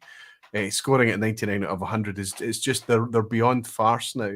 That's crazy to me. That's a bit bitchy. No, it's what is. I'm sorry, but just 99 out of 100. That is so literally. There's 1% of whiskey that that's it. I don't think anybody's ever going to score 100%. I say Whiskey Magazine. It's not only that; it's the International Wines and Spirits Awards. I'm sorry. You're right. You're absolutely right, Ralfy. It was what Rob and Jeremy were talking about in their most recent podcast. So apologies, it might not be the Whiskey Magazine Awards. Listen, I just think that it's good, but I think what you've highlighted there is context. And your score is the score, and that's what it is. And it's very much the same in Dramface. We've got a scoring system, but only because people demand it. And if you're not going to put a scoring system in place, you're going to have to make your content work much harder. So we put the scoring in there, but we had this kind of wideband 10 score system. But we implore people to read. We get the score out of the way at the top of the article and say, now please, you must see it in the videos where people scrub to the end of the video to see the malt mark coming up. And you can see that in the analytics, and you're like, well, people are going to see this malt mark, but they're not going to understand the context of the whiskey. They're going to miss a trick, they're going to miss an opportunity, or they're going to spend some money on something that might end up letting them down because they have not invested in the words. They've only looked at the number. So thank you for a much, much more revealing answer than I expected you. Stephen Wilson, for a while ago, bought us a dram to say hi, Roy and Ralfy, and all you cool chat cats. Really looking forward to the new season. Stephen, I am too. This is a very good start. I'm really enjoying my time talking to Ralfy tonight. Buddy, thank you for your dram. Cheers. Cheers. Let's have a fun one then. Our friend in Belgium, Menno, has just very brutally just come out and said, pick a 40 to 50 pound whiskey for anyone. Wow. Right. It's just Menno, the quiz master. The quiz. That's exactly it. He's not quizzing us tonight. Don't worry. It's not a Menno quiz tonight. It's not a Menno quiz because I've been going to be really dumb. Okay, but he's put that in. Pick a 40 to 51. So top of your head. Easy. Deanston 12-year-old. There you go. A good solid, rock solid, and even a low. Ralfy, you can see Deanstons on the shelf together. 12-year-old Deanstons with remarkably variable cut. I've got pictures of a shelf. Wonderfully variable. You just want to hug them for it and say, yes. Yeah, absolutely. Yes. Yeah, because they understand the secret of a single malt is its singularity. Exactly. It's made, it's a batch product. It's going to be volatile and variable and fickle. And then you're going to stick it into an organic cask. And we're led to believe that all of these casks, each cask is individual as the next. And then we're going to talk about consistency. Now, I know that that's the job of a blender. That's their job in order to try and arrive at some form of consistency. But I think when it comes to malt whiskey specifically, and of course, as you've mentioned quite rightly, single malts, let's embrace that's why we chase these single malts, because of the singular experience, the flavor experience. And it's okay, providing that baseline of quality is met, it's okay for them to allow flavor drift, color drift. It's no problem. Renato is saying, Ralfy, we love you in Brazil. He's bought us a dram. Good to see you, Renato. Oh. Peter Lee's bought us a dram as well. Thank you, Roy, for meeting up with Danny and Alistair and Peter Welsh on Tuesday and Denise Lee. Your gifts are truly appreciated. Peter, your ambassadorship to our community is also truly appreciated, as is your dram, my friend. Thank you very much, buddy. Terrific stuff. Okay, I'll have to give mine. We've already mentioned Indre, which is a good one. We've already mentioned Ardnamurchan, which is another good one, the AD. I would also suggest Campbelltown Loch blended malt. It's a blended malt whiskey, but no two batches have been the same. Yeah, I've tried 3 different batches now, all gorgeous, easy to enjoy, Campbelltown whiskey, affordable Campbelltown whiskey as well. It's all malt and just terrific to engage with. When we can't get a hold of our precious Springbanks and things like that, the Springbank have pulled a blinder with this Campbelltown lock. It's in a Springbank bottle though, which is a wee bit odd for a blended malt, but I'll question that when I'm there next week. I still think I would also consider recommending that too. Let's have one more question before we get up. We go on to the OSWAs tonight. What do you think? Let's see. Greg is saying, this is Watchman 999. Greg, are you seeing a cooling of prices on your side of the pond? Now, there's no context here. I don't know if Greg's seen a cooling his side or if he's just been hopeful or optimistic that we might start to see the overheating starting to slow down a little bit. I'll ask you first, Ralfy. What do you think? I think we live in interesting times, Roy. I think that industry is, for the first time in a long time, they're saying, hang about, wait a minute. A lot of our customers have mortgages to cover. They have bills to pay, and they're a priority, not a luxury product. They're getting taxed. And they're getting taxed more. Everybody's getting taxed more, which is its own story. There's a significant reason for that. But what you're seeing is, again, the industry kind of fairly slow to react collectively, but distilleries individually. I'm going to make a prediction here, Roy. If this has been a slow year for a distillery, when we get to October, November, we're going to see some special bottling suddenly appear, or permutations of a single malt. Even a distillery suddenly producing a blended malt at a very good price. If they're smart, they're going to be articulate and clear on the label that it's an integrity bottling. They might even use the words integrity, seeing as it has meaning and substance and is recognized by many of the customers as being 46% unchill filtered natural color. Sure, it will be younger. But if they blend the malt, I mean, it's fine. If the quality is there, people are going to absolutely jump on it. They're going to say, do you know, I'm just going to hold off buying a whiskey this year. We'll wait and see what crops up just before Christmas. And independent bottlers are going to put out a few wee bangers because there's more competition amongst independent bottlers now. And they can't overcharge because, you know, this is something unique and boutique and all the rest of it. And we've put it in a wooden box for you. And we've told you about how we're monitoring our carbon footprint and how we've been hugging trees and all the rest of it. I'm not being too cynical about this, but this is some of the games that are getting played out there. You know, this virtue signaling nonsense, which actually lacks substance. It's just a sentiment, and they're kind of plugging this sentiment. People are more cynical now. People are shopping around. And I opened a bottle of whiskey recently, which I think really represents the zeitgeist of the moment, Roy. And it was a bottle of McLean's Nose blended Scotch whisky. Traditional blended Scotch whisky.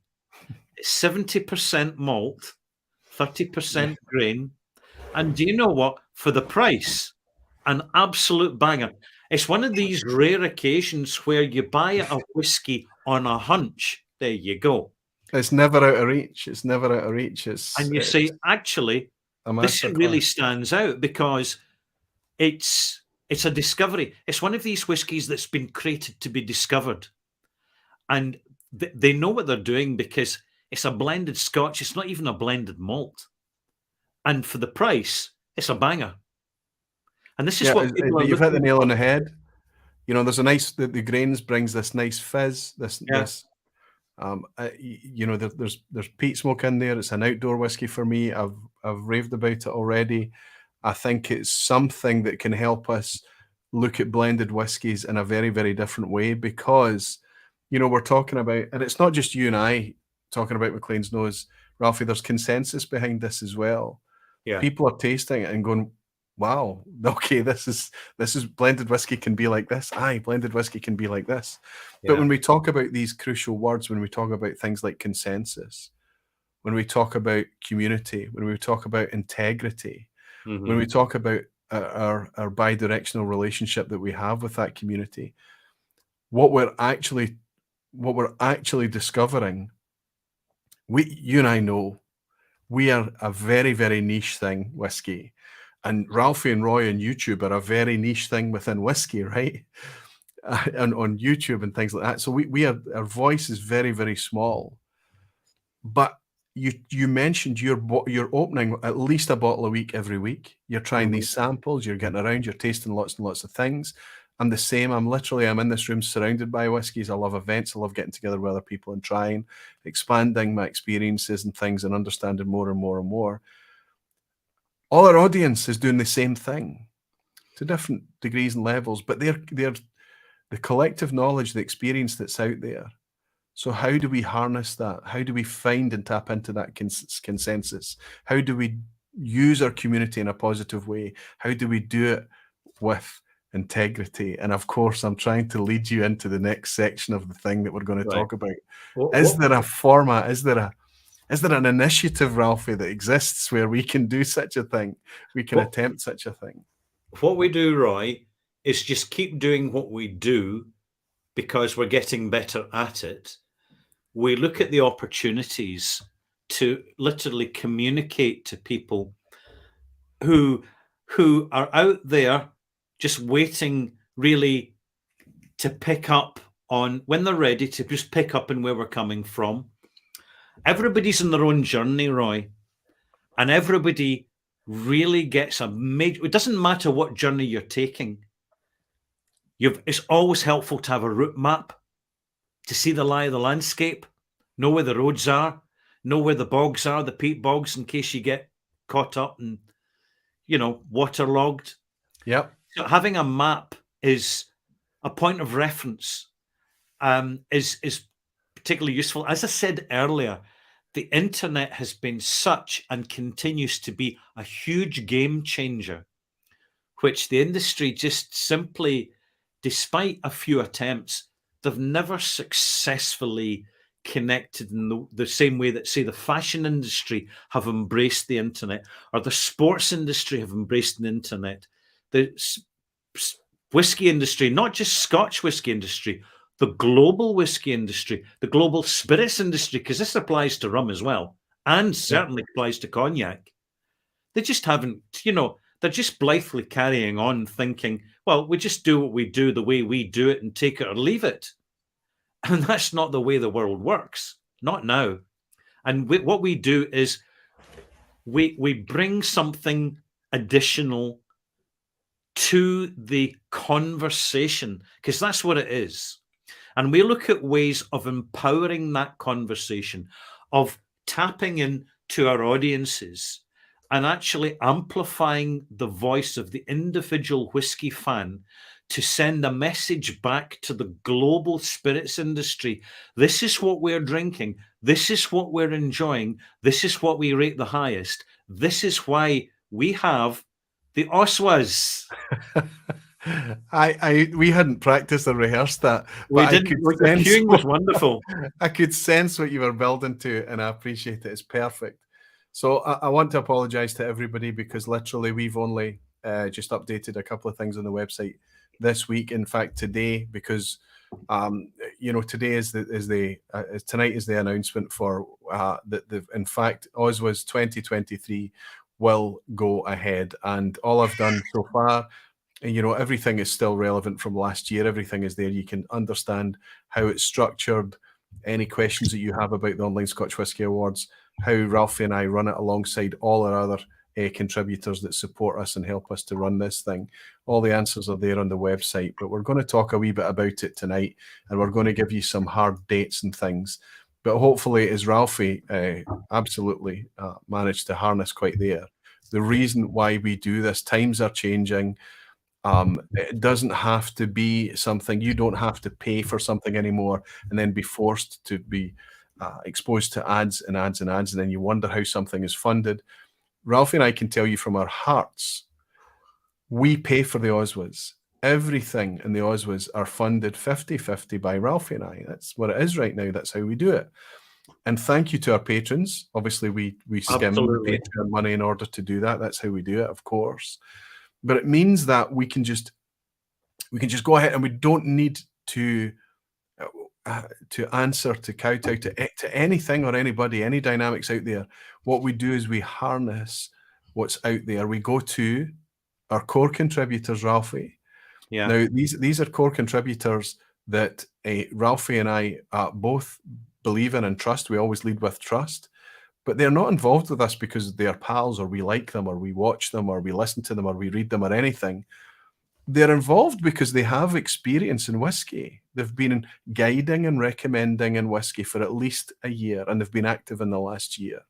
And if anybody with that experience wants to get involved in the OSWAs, and they have a presence out there leading, giving experienced information, giving advice, guidance, recommendations, reviews, whatever it is on whiskey, reach out to us through the webpage oswa.co.uk, and you can get involved in the OSWAs.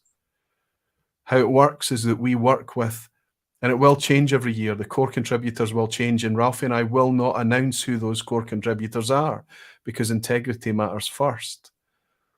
If they choose to share that they are a core contributor, that's fine. We won't stop them doing that, but they're quite happy to just say they are a contributor rather than differentiate what level they contribute to.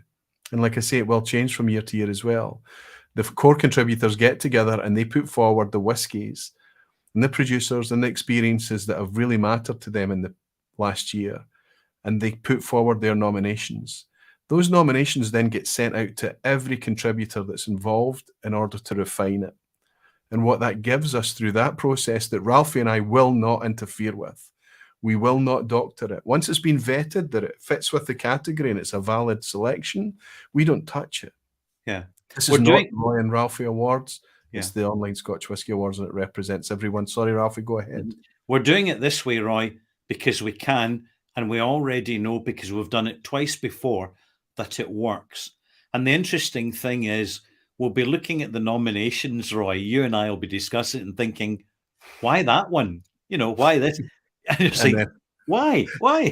And then this gets further compounded by the fact that after the nominations, there's a completely open public vote. Yeah. And this is fantastic. It's the only thing of its kind. There's nothing else like this out there, as far as I'm aware of, for any award in any subject anywhere. It may exist in places that we don't frequent, of course, but we've created this through sitting down and brainstorming how. Mm-hmm. You know, seeing the goal and say, right, okay, that's the goal. That's what we want to harness. That's what we want to. How do we get there? And then came up with ways in order to get there. I have checked online, Roy. I've had a good scout about. I've checked the gamers. I've checked the cyclists, sports, swimming, football, of course, fashion, of course. There's nothing. Actually, there is nothing out there quite like the OSWAs. I agree. Nothing that I can see. And I think that, you know, I sometimes feel a wee bit of imposter syndrome. What business have I got getting involved in the OSWAs and bringing it? But honestly, until somebody else stands up and you know, it sometimes you just need to do rather than think, right? Excuse me, Roy, just to let you know, get over it. Duty calls. Duty calls. Deal with it. Yeah, but I think you're right. I think we draw from the experience, because we will get critique. We will get people asking questions and things, and it happened the first year, it happened the second year, and it'll no doubt happen here in the third year.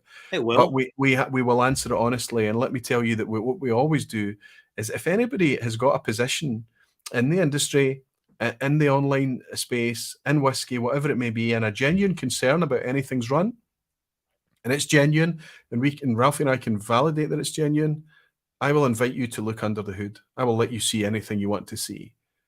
Yeah. Because integrity and honesty is at the forefront.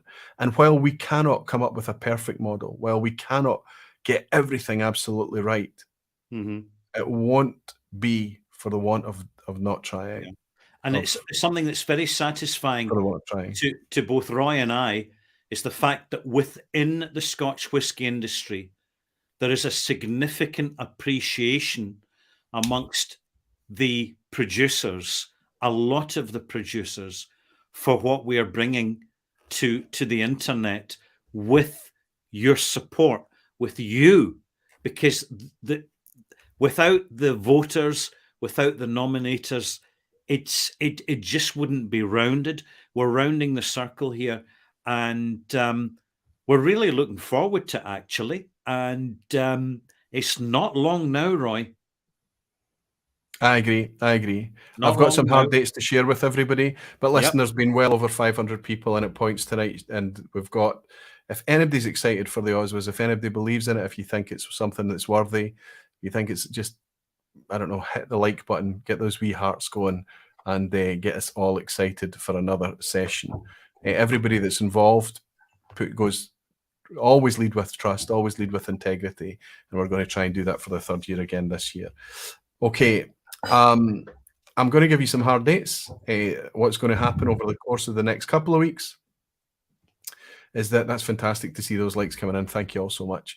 And what's going to happen over the next couple of weeks is that we will go out to our contributors, and we will work behind the scenes very quietly, just teasing, working in the background, and build towards the 6 nominations for each of the 9 categories. The categories will not change for 2023. Ralfy and I have ideas, things that we want to poke and prod and play with, but you have to stabilize things. If you change it every year, it becomes messy. So let's let the things embed, and let's see how they run, not just for a single year, for a couple of years. We made a modification on the categories last year. That's enough, we believe. Let's keep it going for another year and enjoy it. Let's bring you through the hard points. Once that refinement we've gone through it all, you're going to want to know these dates. These are dates for your diary for the 2023 OSWAs. The first thing you need to know, the first kind of big event, is the nomination show. That's when Ralfy and I will get together, probably in the same space. Ralfy likes to come over here, and we can sit together to do this thing. And Ralfy will announce the 6 nominations for each of the 9 categories on September the 23rd, which is a Saturday. It looks like we're aiming for the same as what's worked in the past, around 6 o'clock on a Saturday night, which means about lunchtime for the Americas. Means it's plenty early for people that are way east of us, certainly people across Europe, and that time seems to work quite well. So that's something to remember. From that date, for 4 weeks, more than 4 weeks actually this year, from the 23rd of September until the 22nd of October, the public vote will be open. Jump in and make your votes. Just shoot from the hip. Doesn't matter, because you always have the ability to think, to take your time, to be patient, to contemplate, and go back and update your votes. You can edit it at any time as long as the poll remains open. So that entire 4-week period, your account, your sign-in through Google, you can change your votes as many times as you like, and we will not touch it until the votes are closed. That's the same as the previous 2 years. Then finally, once everything is done, once the voting closes on the 22nd of October, that gives Ralfy and I a couple of weeks to get everything together to build towards, and I know it's a wee bit pretentious calling it a ceremony. It's just Ralfy and I sitting together in this wee room here. But it's a ceremony. Excuse me, Roy. It's a ceremony. It's a proper ceremony. Absolutely. It's the real deal. A celebration, right? It's a major event. Yeah, exactly. And we look forward to it. It's exciting, and hopefully we can bring you a nice production, something that you can enjoy, something that can get everybody excited. But I encourage everybody to get involved as much as they can. And of course, even if you don't like what's been nominated, the People's Choice will appear this year again. Yeah. For me, that's become the biggest surprise, one of the most exciting things to watch. Quite amazing to see. Saturday, 4th of November, again, around about 6 o'clock at night, we're aiming for. Hopefully there'll be less fireworks in the background this year. So there we have it, Ralfy. We are going ahead. We are committed now. We've said it out loud. We've said it publicly. We need to roll up our sleeves and get stuck in, don't we? We have been committed. We have been committed, absolutely. Yeah. Simon Ray saying, OSWAs, what's not to like? Thank you, Simon. Jimmy Legacy saying, have the categories changed at all? Jimmy, I picked that up. We're going to stay consistent this year. Lunara saying, a big question, how will LegFest influence the OSWAs? I don't think that we're getting together for LegFest to consider anything with any real. We're just going to be enjoying each other's company for LegFest, Luna. Might you make the trip? Graham Fraser is saying we need a future vPub on beer and whiskey. Ralfy just reminded me of that tonight. I was jealous of him sipping his Guinness tonight. I have to be honest, Graham. Good to see you. And Whiskey with Molly Ben is saying, where is the OSWAs after party? We did that the first year, Ralfy, but we didn't do it the second year. Ralfy and I will discuss it, Ben, and see how we are for time, what commitments we've got on over the course of that weekend, and there might be an opportunity for an after party, not just with Ralfy and I, but with any participants that get involved. Whiskey Wolf is in, saying he's just saying Aquaviti. Good to see you in, Whiskey Wolf. Alistair McPhail saying black tie this year, not for me. I did too much of that over my time. You have to fight to get me in a black tie now. Chris Meir is saying, love to see Ralfy in a nice suit for the awards. What?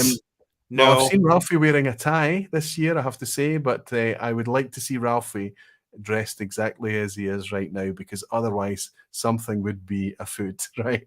It wouldn't be normal. Wishing you a good night, says Whiskey Wolf, Roy and Ralfy, and thanks for all the lovely people in his chat. Need to duck out and get some sleep. Good night, folks, and Slantia. Whiskey Wolf is disappearing before the quiz at the end, Ralfy. He's maybe it's either late to where he is or he's nervous. Whiskey Wolf, I hope you can pick up the quiz on the replay, buddy. Thanks for being in. Malt Brother Ray saying, is the OSWAs about quality or popularity? I think both. Who from the voters did taste all the nominees? Not that many, I guess. Love the initiative, though. Exactly, Ray. You're spot on, because nobody can have tried all the products. You can only make a meaningful vote if it's something that you would replace, that you enjoy. If it's something that you would recommend that's for someone else to buy, you can make a meaningful vote. And if you can't, put it in the people's choice. Exactly that. There is no perfect model, unless there is a perfect model that Ralfy and I are missing and somebody can suggest. But yeah, we're doing it this way, and it seems to have worked and gone down pretty well. I have a picture of Ralfy in a tux, says Jimmy Leg, and a top hat. Yes, I do too. I have that book as well. Yes, we do have that book. Well, that's the most recent one. That's right. That's a picture from a long time ago. I remember that day actually very well, because I had a Highland funeral, and the funeral was at Ardnamurchan. Oh wow! Many years ago, I went out there with a Highland funeral. The family were absolutely delightful, and we started off in the hearse 6 o'clock in the morning. The deceased person. This is when I was a funeral director. The deceased person had basically moved to Glasgow to be with some of the family, but had said they wanted to be taken back home, as and when the time came. And when we arrived, the family offered, because we drove all the way up there. It was a lovely run, and I didn't have to do much of the driving because I had the top hat on, and I had my hearse driver with me.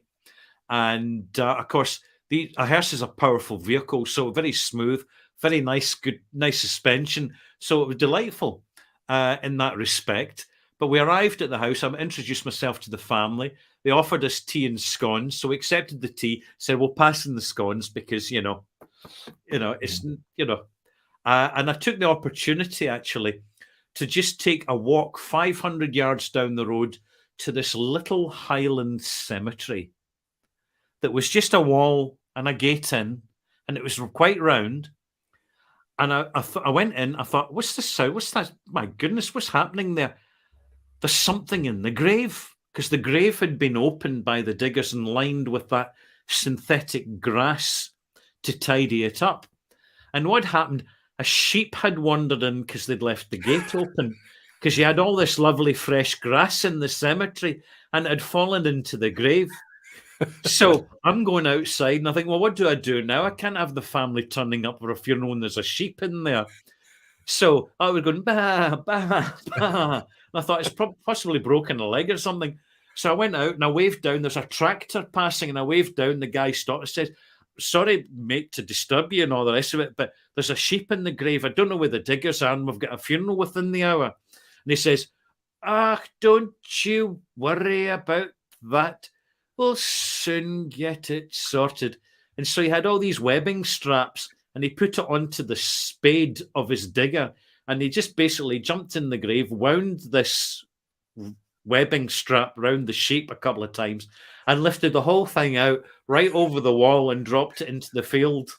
And I mean, I remember these things. I used that photograph from that day as the cover to Life, Death and Whiskey, which is my third book, my latest publication. Been really well. I've got everything at hand tonight.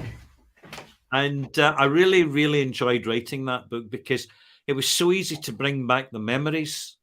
And just, it's when I do that, you kind of realize that for an ordinary chap, that's it, yes. I tell you what, that's the book that Jimmy has. I looked at business. I tell you, I've got the expression for it. I've got the expression. Yes. You certainly do. Terrific. I wish my camera was focusing a wee bit better. Superb. Great story. And that's not a day that you'd forget easily, finding a sheep. You never forget these things, you know, and it makes Simon Ray's asking Simon Ray's asking if there's another Ralfy book in the offing. There is another Ralfy book, but I've written my 3 whiskey books, and I don't want to just write another book for the sake of it. I'm writing a book which is more based on Manx Isle of Man folklore, which is fascinating and very, very distinctive. It's actually remarkably different from Irish or Welsh folklore, which are, you know, when you actually look at the historical archive, not just in printed books, but in academic records that are only found in university libraries, you know, medieval scripts from monks who took the folklore very seriously because they had a different mindset in those days. They didn't have all these degrees of separation we have now. And as I've done my own research in the local museum library, it's been absolutely fascinating to see the depth and intensity of folk narrative. So I have to advise whiskey fans, it's not about whiskey, this book. It's something very, very different. And it's going to take me several years to write it because I've got to do a lot of background research first. But it's a huge challenge. I'm really, really looking forward to it. It's a fascinating project. And this is probably one of the, it's superficially, it's a fictional fantasy book. But it's a lot more than that. It's a lot. Once again, I stand surprised. Simon's asked, and that was I thought the last time I spoke to you, I think it was just after you'd finished the 3rd book. Last time I'd spoke to you about writing, that's your trilogy, that's your 3, that was you done for and there you go.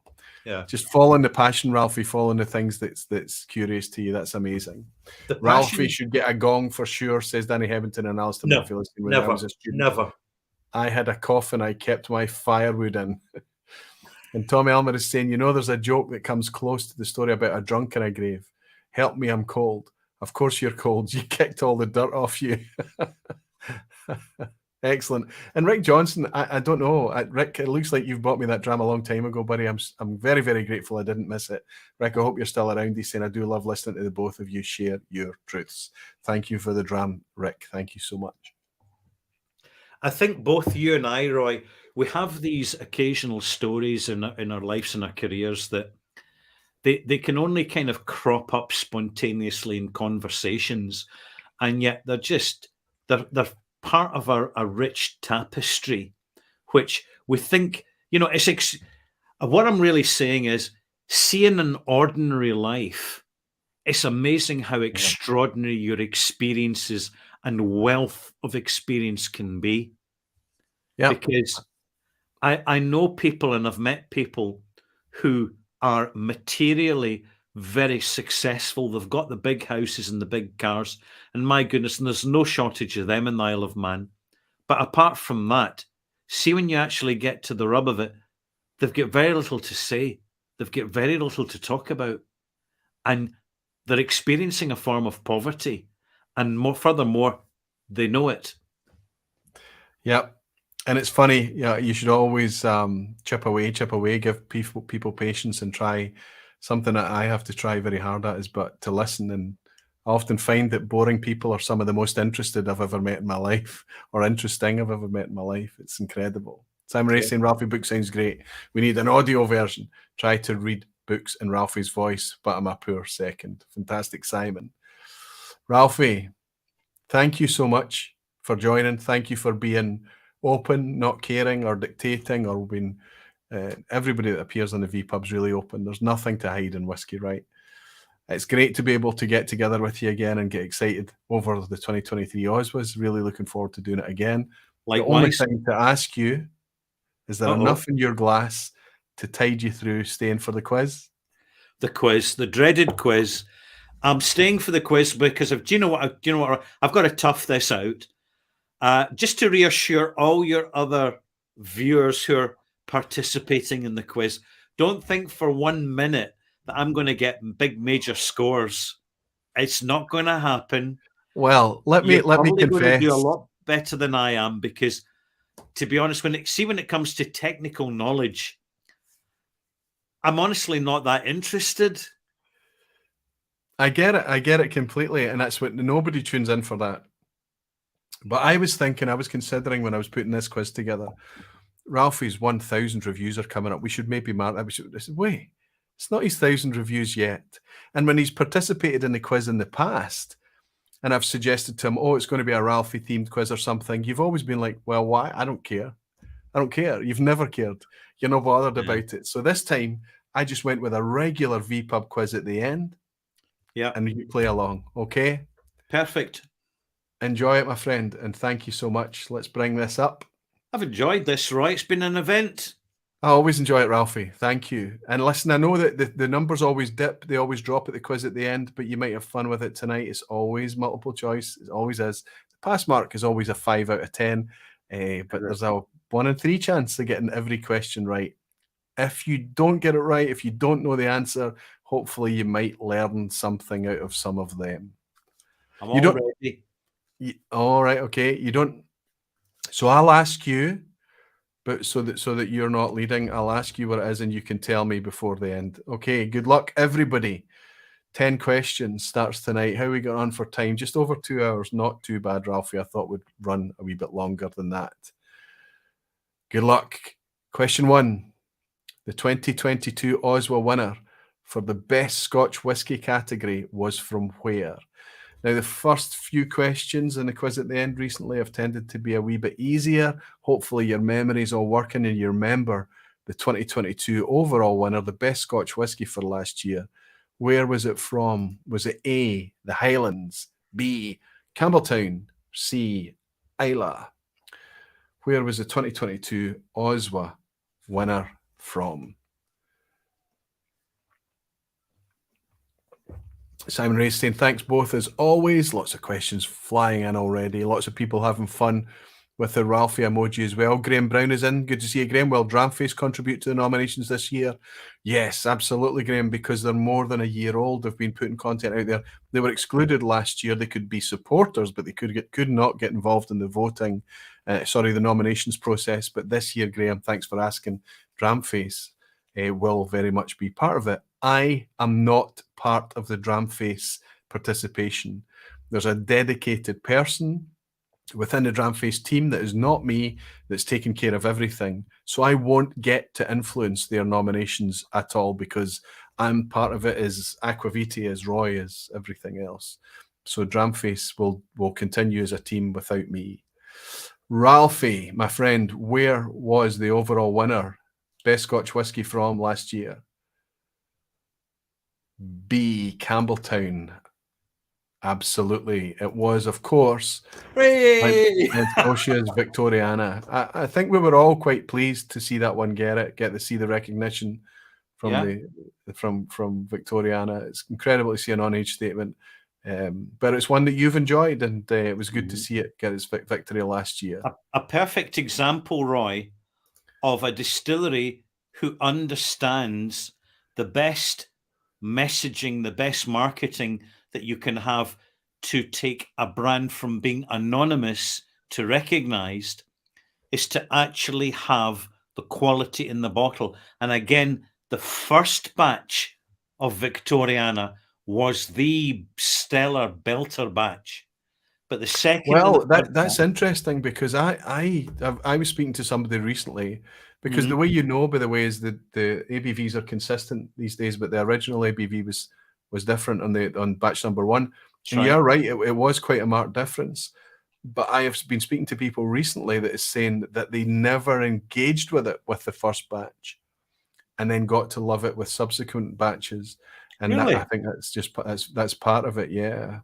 Interesting though. It's very complex makeup for Victoriana. A lot of work goes into it. Once they decide to make a new batch, it's 18 months of work before they can release it, at least, because of the maturation process. So, yeah, it's an interesting whiskey. For me, I don't have enough of a recollection of the original batch now. I think I would be relying too much on a fudgy memory. But you're absolutely spot on. There was quite a significant difference between that original batch and subsequent batches. Now it's all natural colour, of course, which is excellent. Yeah. Question 2. Which long-established independent bottler announced a change in business model this summer, moving away from sourcing and bottling to focus instead on distilling? Who made that announcement? A long-established indie. Was it A, Cairn Heads, B, Signatory Vintage, or C, Gordon and MacPhail?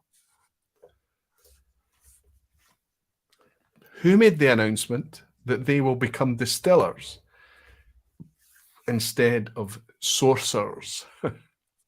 Allegedly. Yeah.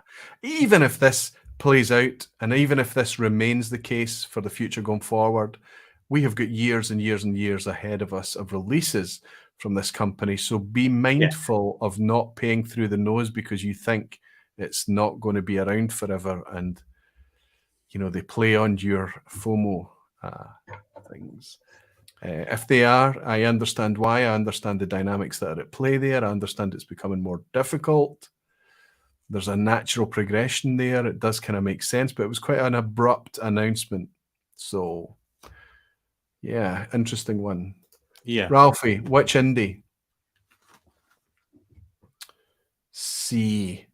Absolutely. Gordon and MacPhail made the announcement that they would no longer be filling their casks from other distilleries. Of course, they've got the cairn now. I was at the cairn at the last weekend. I'm of the understanding, I didn't try to go in, but I suggested going in, and I think that you've got to make an appointment to get in. I'm not sure now. I know they have a shop there and things, but I just had a wee look and drove by instead. But they've also got Benromach, of course. So they are distillers at 2 different distilleries, both in Speyside. You know, right, it would be lovely. It really would, if Benromach would look again. So if Gordon and MacPhail would look again at the absolute golden nugget that is Benromach and say, no, 15-year-old at 43% and the chill filtration of it, if they would actually commit to the entire range from this distillery, natural colour, unchill filtered, and just keep doing, let the whiskey speak for itself. Because this year they brought out a Polish oak version, and I was too late to get a bottle, but I heard so many good reports about it. Benromach is an amazing whiskey. But well, they're playing with us. They're bringing us the Contrast series, all natural, 46%. They're bringing out lots, the cask strength, of course. They're bringing out other kind of things. I just picked up an interesting single cask recently.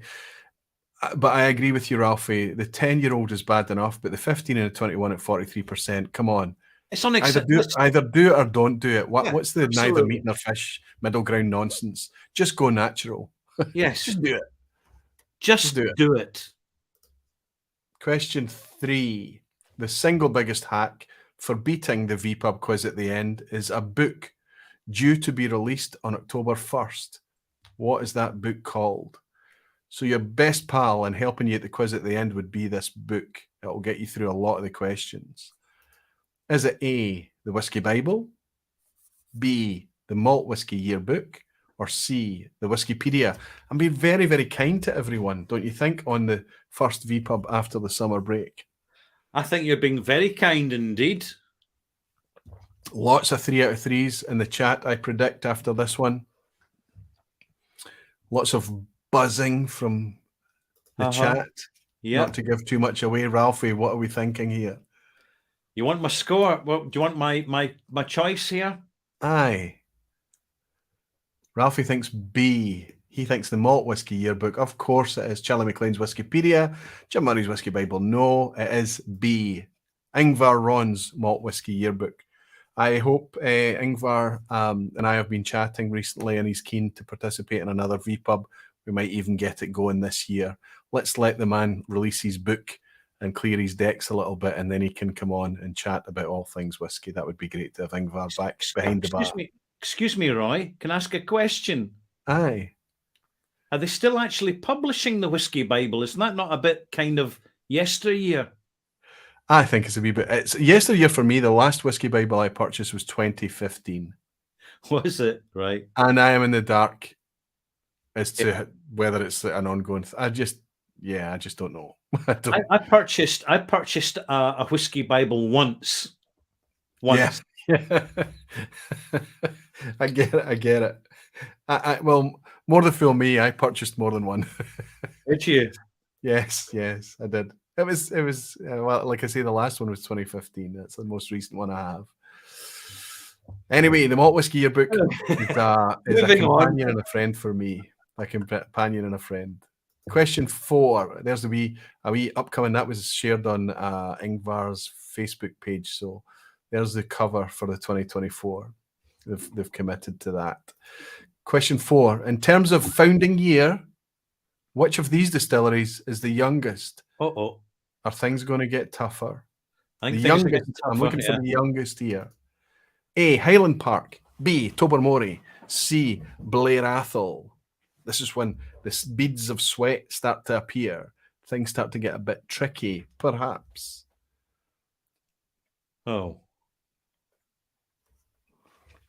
Whiskey with Molly Ben is saying Aquavitae is still ongoing, so the Whiskey Bible is still very much a thing. Is it? Petrocelli.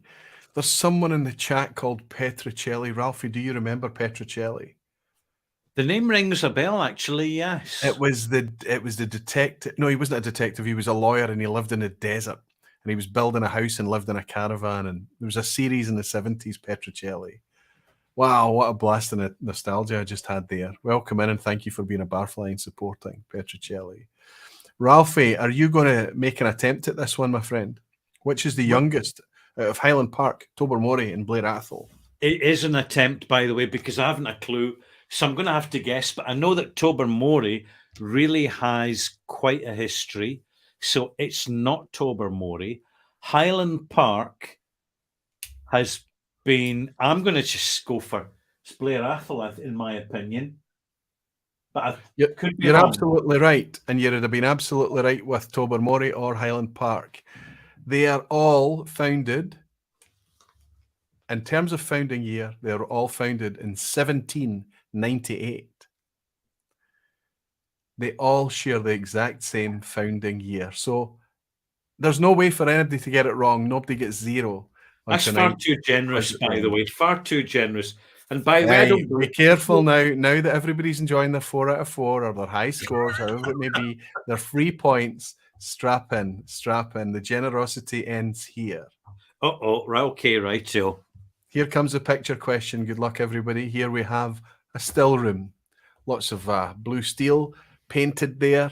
We're looking at 4 stills on the right-hand side. There's a spirit safe down in the middle. You can actually, as a clue, there's an orange open tun, mash tun in the background. But I'm not going to ask you what distillery you're looking at. I'm going to ask you, what is the name of one of their expressions? Is it A, Virgin Oak, B, Legacy, or C, Triple Cask?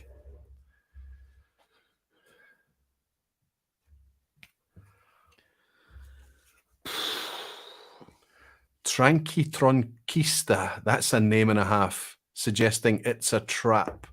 Yes, there may be traps to follow, my friend. Tranquitronquista.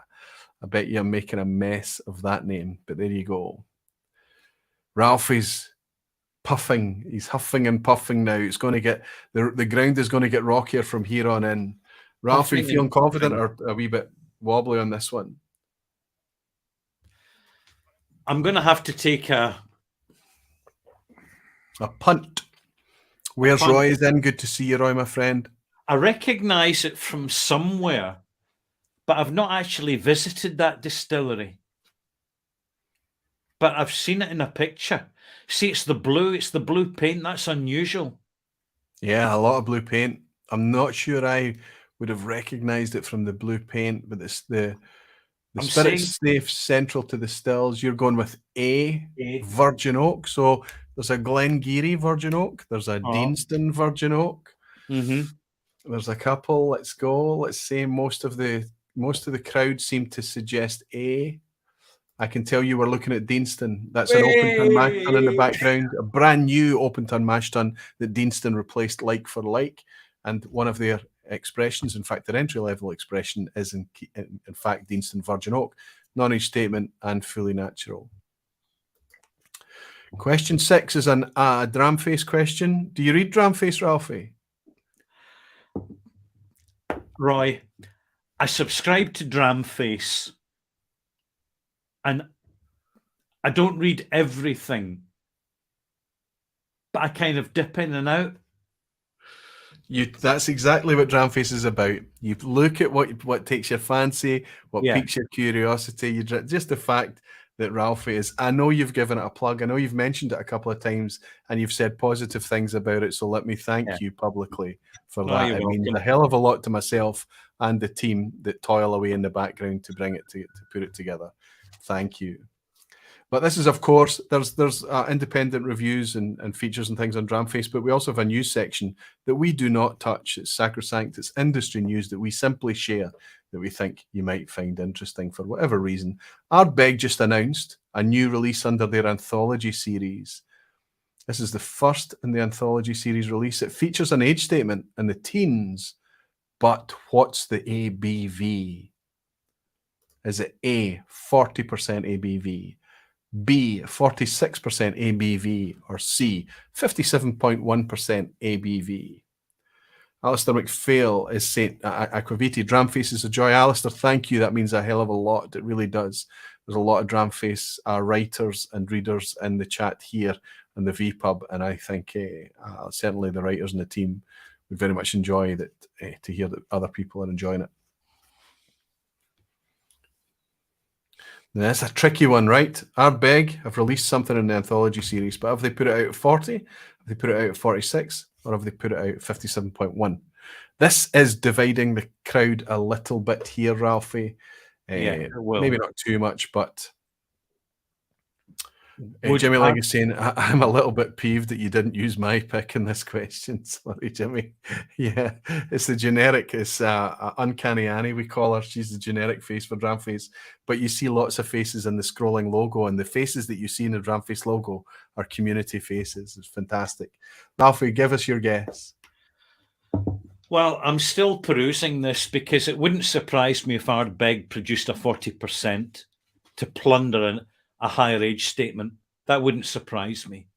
Not with their non-fungible token debacle, which has been absolutely ridiculed and quite rightly so. What a farce that was. What an absolute insult to the integrity of Scotch whisky. A serious misstep by professionals who should know better. And I'm thinking, it depends on the price point. If they're producing... I'll help you here. It's £141. £141, and it's in the teens. Right, I'm going to go for B then. You're absolutely correct. But I hope that this would be a bit of a banana skin for you because they've announced the return of the Ardbeg 17-year-old, Ralfy. And you might remember that a 17-year-old was a bit of a legend because it drew from that old Ardbeg stock, of course. But that was always a 40% whiskey. And the new one that they're talking about bringing back out, it is rumoured that it'll be brought back out at 40%. An Ardbeg, a modern Ardbeg at 40% ABV, to me, just beggars belief. Surely not. Pedro Menezes is saying we wish it would be 57.1 and fairly priced. Yeah, we've got more chance of a third foot, Pedro, unfortunately. Yeah. Okay, moving on. Ralphie's doing well. I don't think you've slipped up yet, Ralphie. Oh, don't jinx my scoring, Roy. This is a 13-year-old Ardbeg called the Harpy's Tail. Soon to be available, dangling from the end of a stick somewhere near you. Question 7. One of these releases of the last 10 years is completely made up. One of these releases I invented. You have to try and spot what it is amongst the 2 genuine releases. Tricky one here. Here we go. A. Singleton of Glenord Cask Strength. B. Glenmurray the Lake. C. Isle of Arran Island Warrior. If it helps, I can tell you that I researched what the lake was in Gaelic, and the lake is an expanse of low land. So I believe, like a big sandy patch. The lake in Mauritius is close to Glenmurray Distillery. That's what inspired the name. Also, Machier Bay would also be considered a lake over in Islay. So, yeah, don't want to lead anyone. I'm not suggesting anything other than what the lake could be. Singleton of Glenord, cask strength is A. B. Glenmurray the Lake, or C. Isle of Arran Island Warrior. I'm suddenly changing my mind, Roy, here. I'm looking at Singleton. I'm thinking Diageo. That would have to be part of their overblown, overhyped special releases. But it wouldn't be surprised me if they do that as a special release at what? Non-age statement, £120 a bottle at least. Right, I've made my mind. I'm going to stick with it. C. You're sticking with Arran. Ralphie. There's my first blooper. No, you're spot on. Nailed it. What? I made it up. Isle of Arran, Island Warrior. As far as I'm aware, it's made up a figment of my imagination. Singleton of Glenord Cask Strength was actually a 2012 and 2014 release, a legitimate release from. Quite surprising to have that. I'd love to try it. I really would. A fan of Glenord. Look at the celebrations. Happy Ralphie. Everybody doing well tonight. Lots of 7 out of 7s. Ralphie's killing it. It's a good. Don't get excited that this is going to be the theme of the quiz at the end going forward. Glenmurray the Lake was a 1977, I think, vintage, released in the 2010, 2012 era, something like that. I've never even seen a bottle of it, but I bet it would have been a belter of a Glenmurray. Cask strength as well, I believe. Okay, question 8, everyone. Well, there's the images there just to help you out. Glenmurray the Lake, just to prove that it exists on the left, and Singleton on the right. Question 8. Of the 54 nominations in last year's OSWAs, how many were not Scotch or based in Scotland? By that I mean they were a whiskey producer or a release, an expression not of Scotland. So there's 54 nominations, which is 6 times 9. I believe that is the correct multiplication there. How many were not Scotch or based in Scotland? A, 7 nominations were not based in Scotland. B, 13 nominations were not based in Scotland. Or C, 20 nominations were not based in Scotland. The asshattery starts to play. The Online Scotch Whisky Awards is called the Online Scotch Whisky Awards, not because we only celebrate Scotch whisky. No, it's a celebration of whisky globally by the Scotch whisky community. That means that we can celebrate things outside of Scotch's lane. And we do that somewhere between 7 and 20, either 7, 13 or 20 nominations last year were not Scotch. Ralphie, what do you think? I'm still thinking about it, Roy, Could you come back to me in a minute or two? I'm kind of mentally While going you through. busily scroll and count the OSWA.co.uk website. I'm No, thinking of commit to your the answer. Come on, Japanese come on. whiskies, the Irish whiskies, the American whiskies. Well, there's an entire category called Best World Whiskey, so that's a minimum of So, 6, right? it is a minimum of 6. So you're giving away spoilers here, Roy, that you really shouldn't be doing. But I tell you what, it certainly is helpful. Rightio, I'm going to have to make a. Okay. B 13. Again, Ralfy on an 8 out of 8. Romping it. Can he keep the wheels on? Can he keep the wheels on till the end? Blackfen is trying to work out whether Nika counts as Scotch. Well, no, that's a very good question, actually. it Yeah, is. I reckon it does, actually. It absolutely is. Until Nika declare that everything in that bottle is 100% sourced Ben Nevis, or Ben Nevis perhaps blended a little bit, but no, that would have been counted as one of the 13. Roy, Good to see you. say Conrad, something? hope you're well. Can I say something here? Yes. I find it truly remarkable that people pay the premium they do for Japanese whiskey, considering how average the quality generally is. I recently tried the non-age statement Miyagikyo, and it knocked me on my backside. And that's based on the last 18 months of Yoichi knocking me on my backside. Non-age statement. Right. I agree with you, Ralfy. Right now, the Japanese scene is fraught. It's quite volatile. I think it's difficult to make an informed choice. And I think we need to lean on the community and talk to each other and work out where we've found things that we enjoy. The Miyagikyo and the Yoichi that I've just mentioned to you are not cheap whiskies for non-age statement. Exactly. But my experience that Yoichi, if you're paying it about, the last time I bought it, it was about £70. I think it's crept up since then. I think it's worth that. But again, it gets to the point that if it creeps up £80, £85 and beyond, I disengage again. It's all about value for me. It's about how much I have to pay to enjoy that whiskey. But at £70, the Yoichi Ralfy, it was gorgeous. It was very, very well. But in fact, Roddy came up to me at the blind tasting last year and said, please let this be Scotch.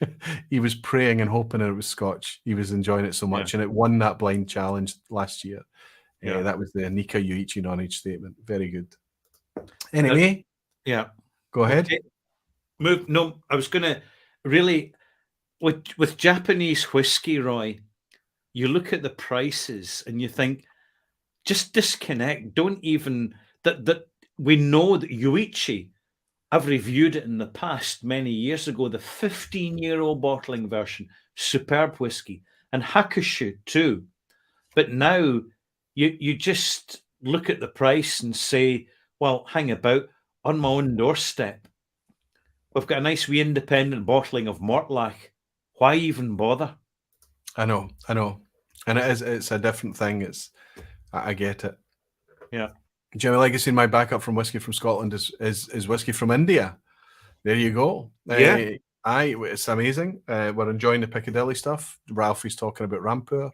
We're enjoying Amrut. We're enjoying our Paul Johns. It's quite remarkable. And these are legitimate whiskies. These are not the molasses-based Indian spirits that they're making and selling as whiskey domestically. These are eligible for export as legitimate whiskies, and they're fantastic. Alistair McPhail is saying that's because they've not just formulated rules for what Japanese whiskey it is.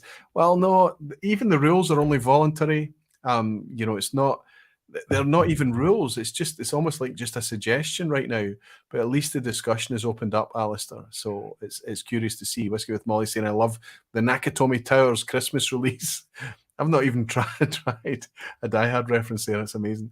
Donna Pass, I'm sure that's a joke. Donna Pass Whiskey is saying, so glad you got me a Geekio. Did you find it at Glengoyne? Like, oh, wow, Tim, that's an interesting one. I only had a dram of it. I've not invested in a bottle. So, yeah, you'll need to remind me on that one. And Simon Ray is saying, Tom Lindsay did a great NWA Japanese tasting secured through auction. Don't buy new. That came up earlier, Ralphie. We need to talk about that because when somebody asked about, do you find prices softening? For the secondary market right now, don't buy new is going to be my mantra going forward. I'm going to look at auction first. And if we can be patient and wait until the end of the month when the auction finishes or whenever that is, then that seems to be the thing for a lot of things. There's a lot of cooling happening in secondary right now. And I think that's wise words, Simon Ray. Thank you. It's a sign of the times, Roy. And there's some absolute gems, some real bangers out there. And when we talk about Ardbeg, we know there's a general consensus that Ardbeg is not what it used to be. It's a generalization, sure, but people are now going in treasure hunting at auction for yesteryear bottles. And we're not going back that far. You only have to go back 10 years. The Ugadals, the 10-year-old, the Corryvrecans, another good example. Well, I'm gonna dare I disagree with Ralfy, but I'm going to disagree in order to agree with you. I think that Ardbeg are making as good spirit that they've ever made. What's finding it from cask to bottle right now is cynical, rushed, contrived, and hit and miss. And that's where the problem is. I've got a recent bottle of Ardbeg 10 here that drinks as delectable and balanced and pure and beautiful as a fine champagne or something. It's an incredible bottle of whiskey, but it's a very specific lucky batch. But you're much more likely to get that fortune with a 10-year-old age statement on there, right? Whereas a lot of the other stuff that's coming out from Ardbeg is a wee bit all over the place. And when we do get an age statement on it, like the Trevan, the 20-somethings, when that new Harpy's Tail, £141, the 17 is going to come out. I know that's not going to be cheap either. When we get that, we have to pay for it. That's the misfortune. The stuff that we can afford, you're right, we need to rely on recommendation. What they're making there, Ralfy, seems to be strong. What's making it into the bottle is often hit and miss. It's the other casks. The younger stuff, often. The casks in the warehouse that were kept for later because they were quite ready. I like a young whiskey. I like a vibrant whiskey. I like a spirity whiskey. I really do. Yeah. But when all of your releases are too much like that for hundreds and anyway, question 9, because Ralphie's in a good shape. 8 out of 8 he is. After Scotch whiskies, don't jinx me, Roy. Don't jinx me. After Scotch whiskey's dark years of the 1980s, a new distillery finally opened after 15 years. It'd been 15 years since 1975. Where did that distillery open? Was it A, in the Highlands, specifically the Highlands, B, the Lowlands, or C, in Speyside? In 1975, Pittyveich in Altavania opened in the height of the demand. Pittyveich was a bolt-on distillery and Altavania was a completely ground-up build, a brand new distillery. And that was not to happen again for another 15 years because whiskey hit the doldrums, of course. But in 1990, that changed, and a lot of people were looking on to see if this was the change. Was this a renaissance in Scotch whiskey and malt whiskey? Where did that happen? In 1990, a new distillery opened in A, the Highlands, specifically the Highlands, B, the Lowlands, or C, Speyside. Ralphie's racking his brain. I'm racking. Still racking. I'm thinking it through the Lowlands. There's so few in the Lowlands that really there was nothing till... I mean, Glenkinshi's always been there in the background. Daffmill. It's not the Lowlands. So that leaves 2 options, Speyside or Highlands. Highlands, and you've got brackets, islands. So it's Highlands and Islands. So you're covering about 90% of the entire whiskey sphere landscape there. Actually, A is specifically pointed towards the islands. The islands, right-o. But it is part of the same SWA region, but I'm just kind of suggesting that an island distillery could be, but I don't want to lead anyone. No, but you're kind of leading me a wee bit because Speyside... No. I'm going to say, because I'm thinking of Arran. You see, Arran's about 26 years old now. So that's in the 1990s. And it got off to a very quiet little start. And when it first appeared as a bottling, it was non-age statement, innocuous and rather poor quality casks. Not many people realise, Roy, that when Arran first appeared in the market, nobody was impressed. Well, And nobody cared about new distilleries back then either. They were like, why would I buy from a new distillery, an upstart? No. yeah, That's right. We were spoilt for choice back in the days, and Arn struggled. They did struggle, especially when they were spirity and new and inconsistent. They did. And look at what that ugly duckling has blossomed into. It's incredible to witness. But yes. is it the answer to this question? I'm saying A. He's going with A. Alfie thinks he's going with the Highlands. I can tell you that Arran on Lochranza, the Isle of Arran distillery in Lochranza, did open in the 90s, but it was 1995. The first distillery to open in the Lowlands was Ailsa Bay in the 2000s. Speyside in 1990 had 2 distilleries open. Speyside Distillery opened in 1990, and so did Kinninvie. It was Speyside. No! The wheels have fallen off the trolley. There was a banana skin in there. It's difficult for us to remember Speyside. It's certainly difficult for us to remember Kinninvie Distillery, but they were the first new distilleries after a hiatus of 15 years. I think that banana skin has caught a few people there, but Alistair McPhail is celebrating famously 11 on a live stream a couple of years ago. And we go into the asshat at the end. Ralfy, the best you can achieve with some light guesswork is a 9 out of 10, but it's still a brilliant score. Let's go for the asshat at the end. Of course, it's an asshat. It is the quiz at the end. We're always going to have it. How many new distilleries were opened during the 2000s in Scotland? I've already given you one. Is it about the same as A, the number of distilleries owned by Inverhouse? Is it about the same as B, the number of currently operational Islay distilleries? Or is it about the same as C, the number of currently available flora and fauna bottlings? Now, by the 2000s, I'm speaking about specifically from the millennium 2000 to 2010, that 10-year, that decade. How many new distilleries that now, of course, since 2010, 2012, 2014, and since there's been an explosion, I'm going to focus on that decade, the 2000s. Was it A, the number of distilleries owned by Inverhouse, B, the number of distilleries operational in Islay currently, or C, the number of currently available expressions in the flora and fauna range? The asshat is always deliberately awkward. You have to know the answer to 2 things in order to get it, usually. I'll have a C, please, Bob, says Anthony Lambert, and Jimmy Legacy, and that's 11 years. John Vuela, Ralfy second to none. Good to see you in, John. Ralfy will be happy to hear that. Ralfy is committing to the number of currently available flora and fauna bottlings. He is saying C. My celebration of 11 out of 11 live in a Menno quiz was not my finest moment. I'm still trying to live that down. I think it may have been your finest moment, Alistair. So good to see you, and so good to have met you this week as well.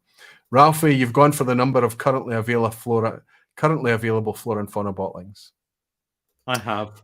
I can tell you that there are 11 flora and fauna bottlings currently available. There are 9 currently operational Islay distilleries. Yep. And there are 5 Inverhouse Scotch malt distilleries. Right, yeah. And it is 5. Only 5 distilleries were founded in the 2000s. You're shocked, you're shocked, you're shocked. I'll tell you what they are. Daftmill, Kilchoman, Avenjarrick, Glengyle, and Ailsa Bay. Throughout tonight, we've dotted the discussion with those distilleries. I don't think it helped too many people in. I think the asshat still caught a lot of people out.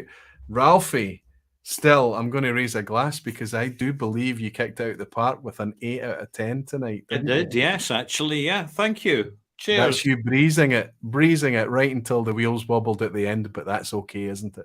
Put it this way, it's not a perfect score, Roy, but, you know, it's respectable. I think it is. I think it's more than respectable. I think it's a bloody good effort. I think lots of people would be so happy.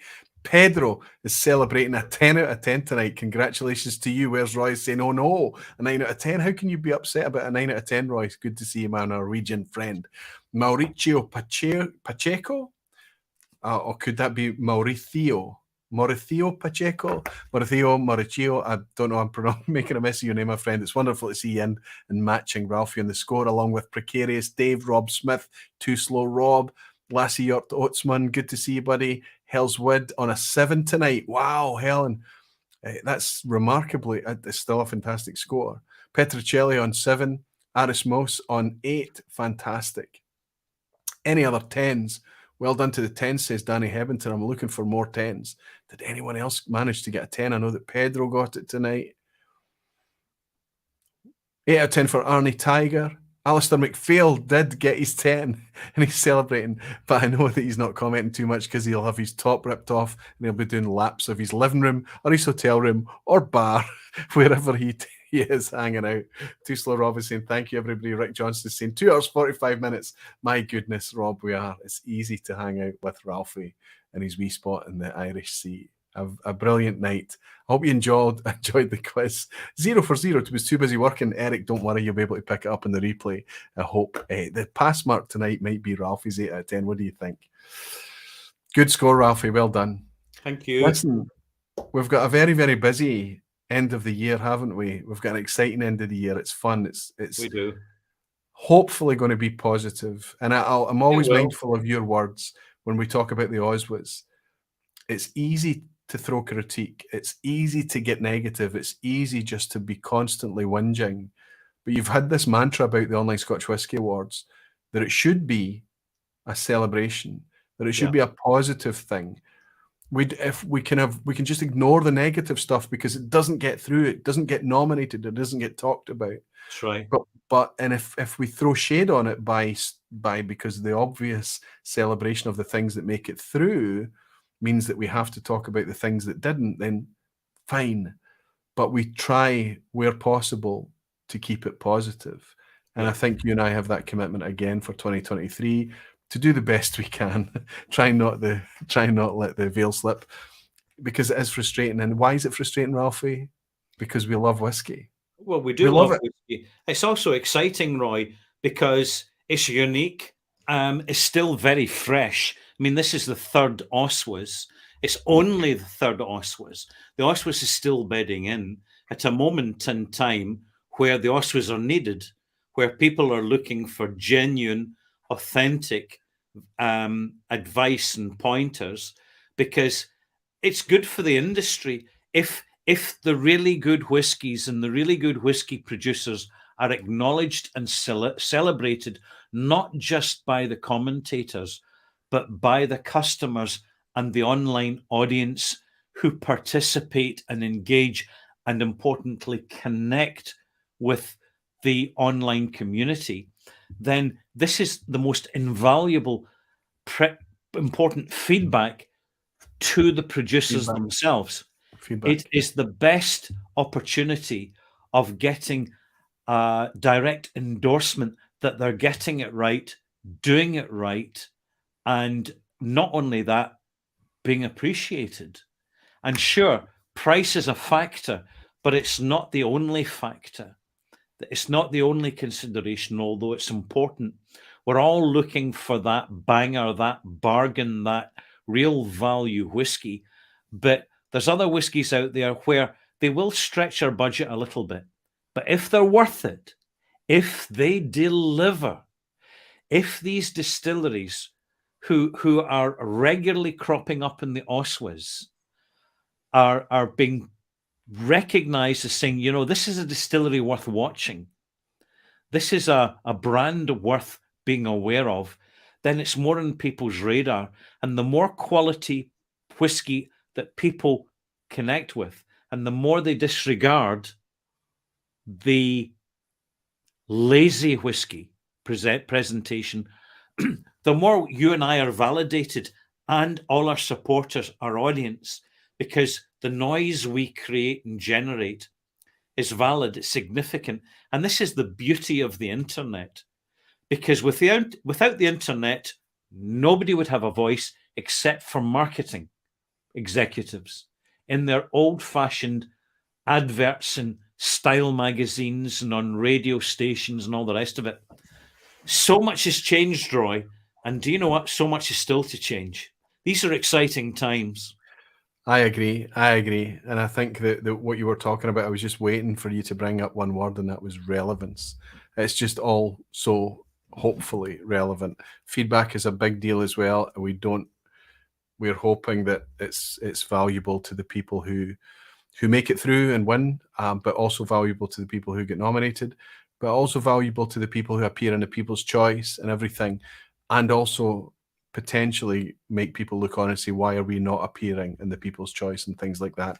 Jimmy Legg bought me a Sadram a long time ago, back when we were talking about sheep and graves. He said, not saying I was wearing a sheep suit and lying in a grave, but I know the hearse you wore.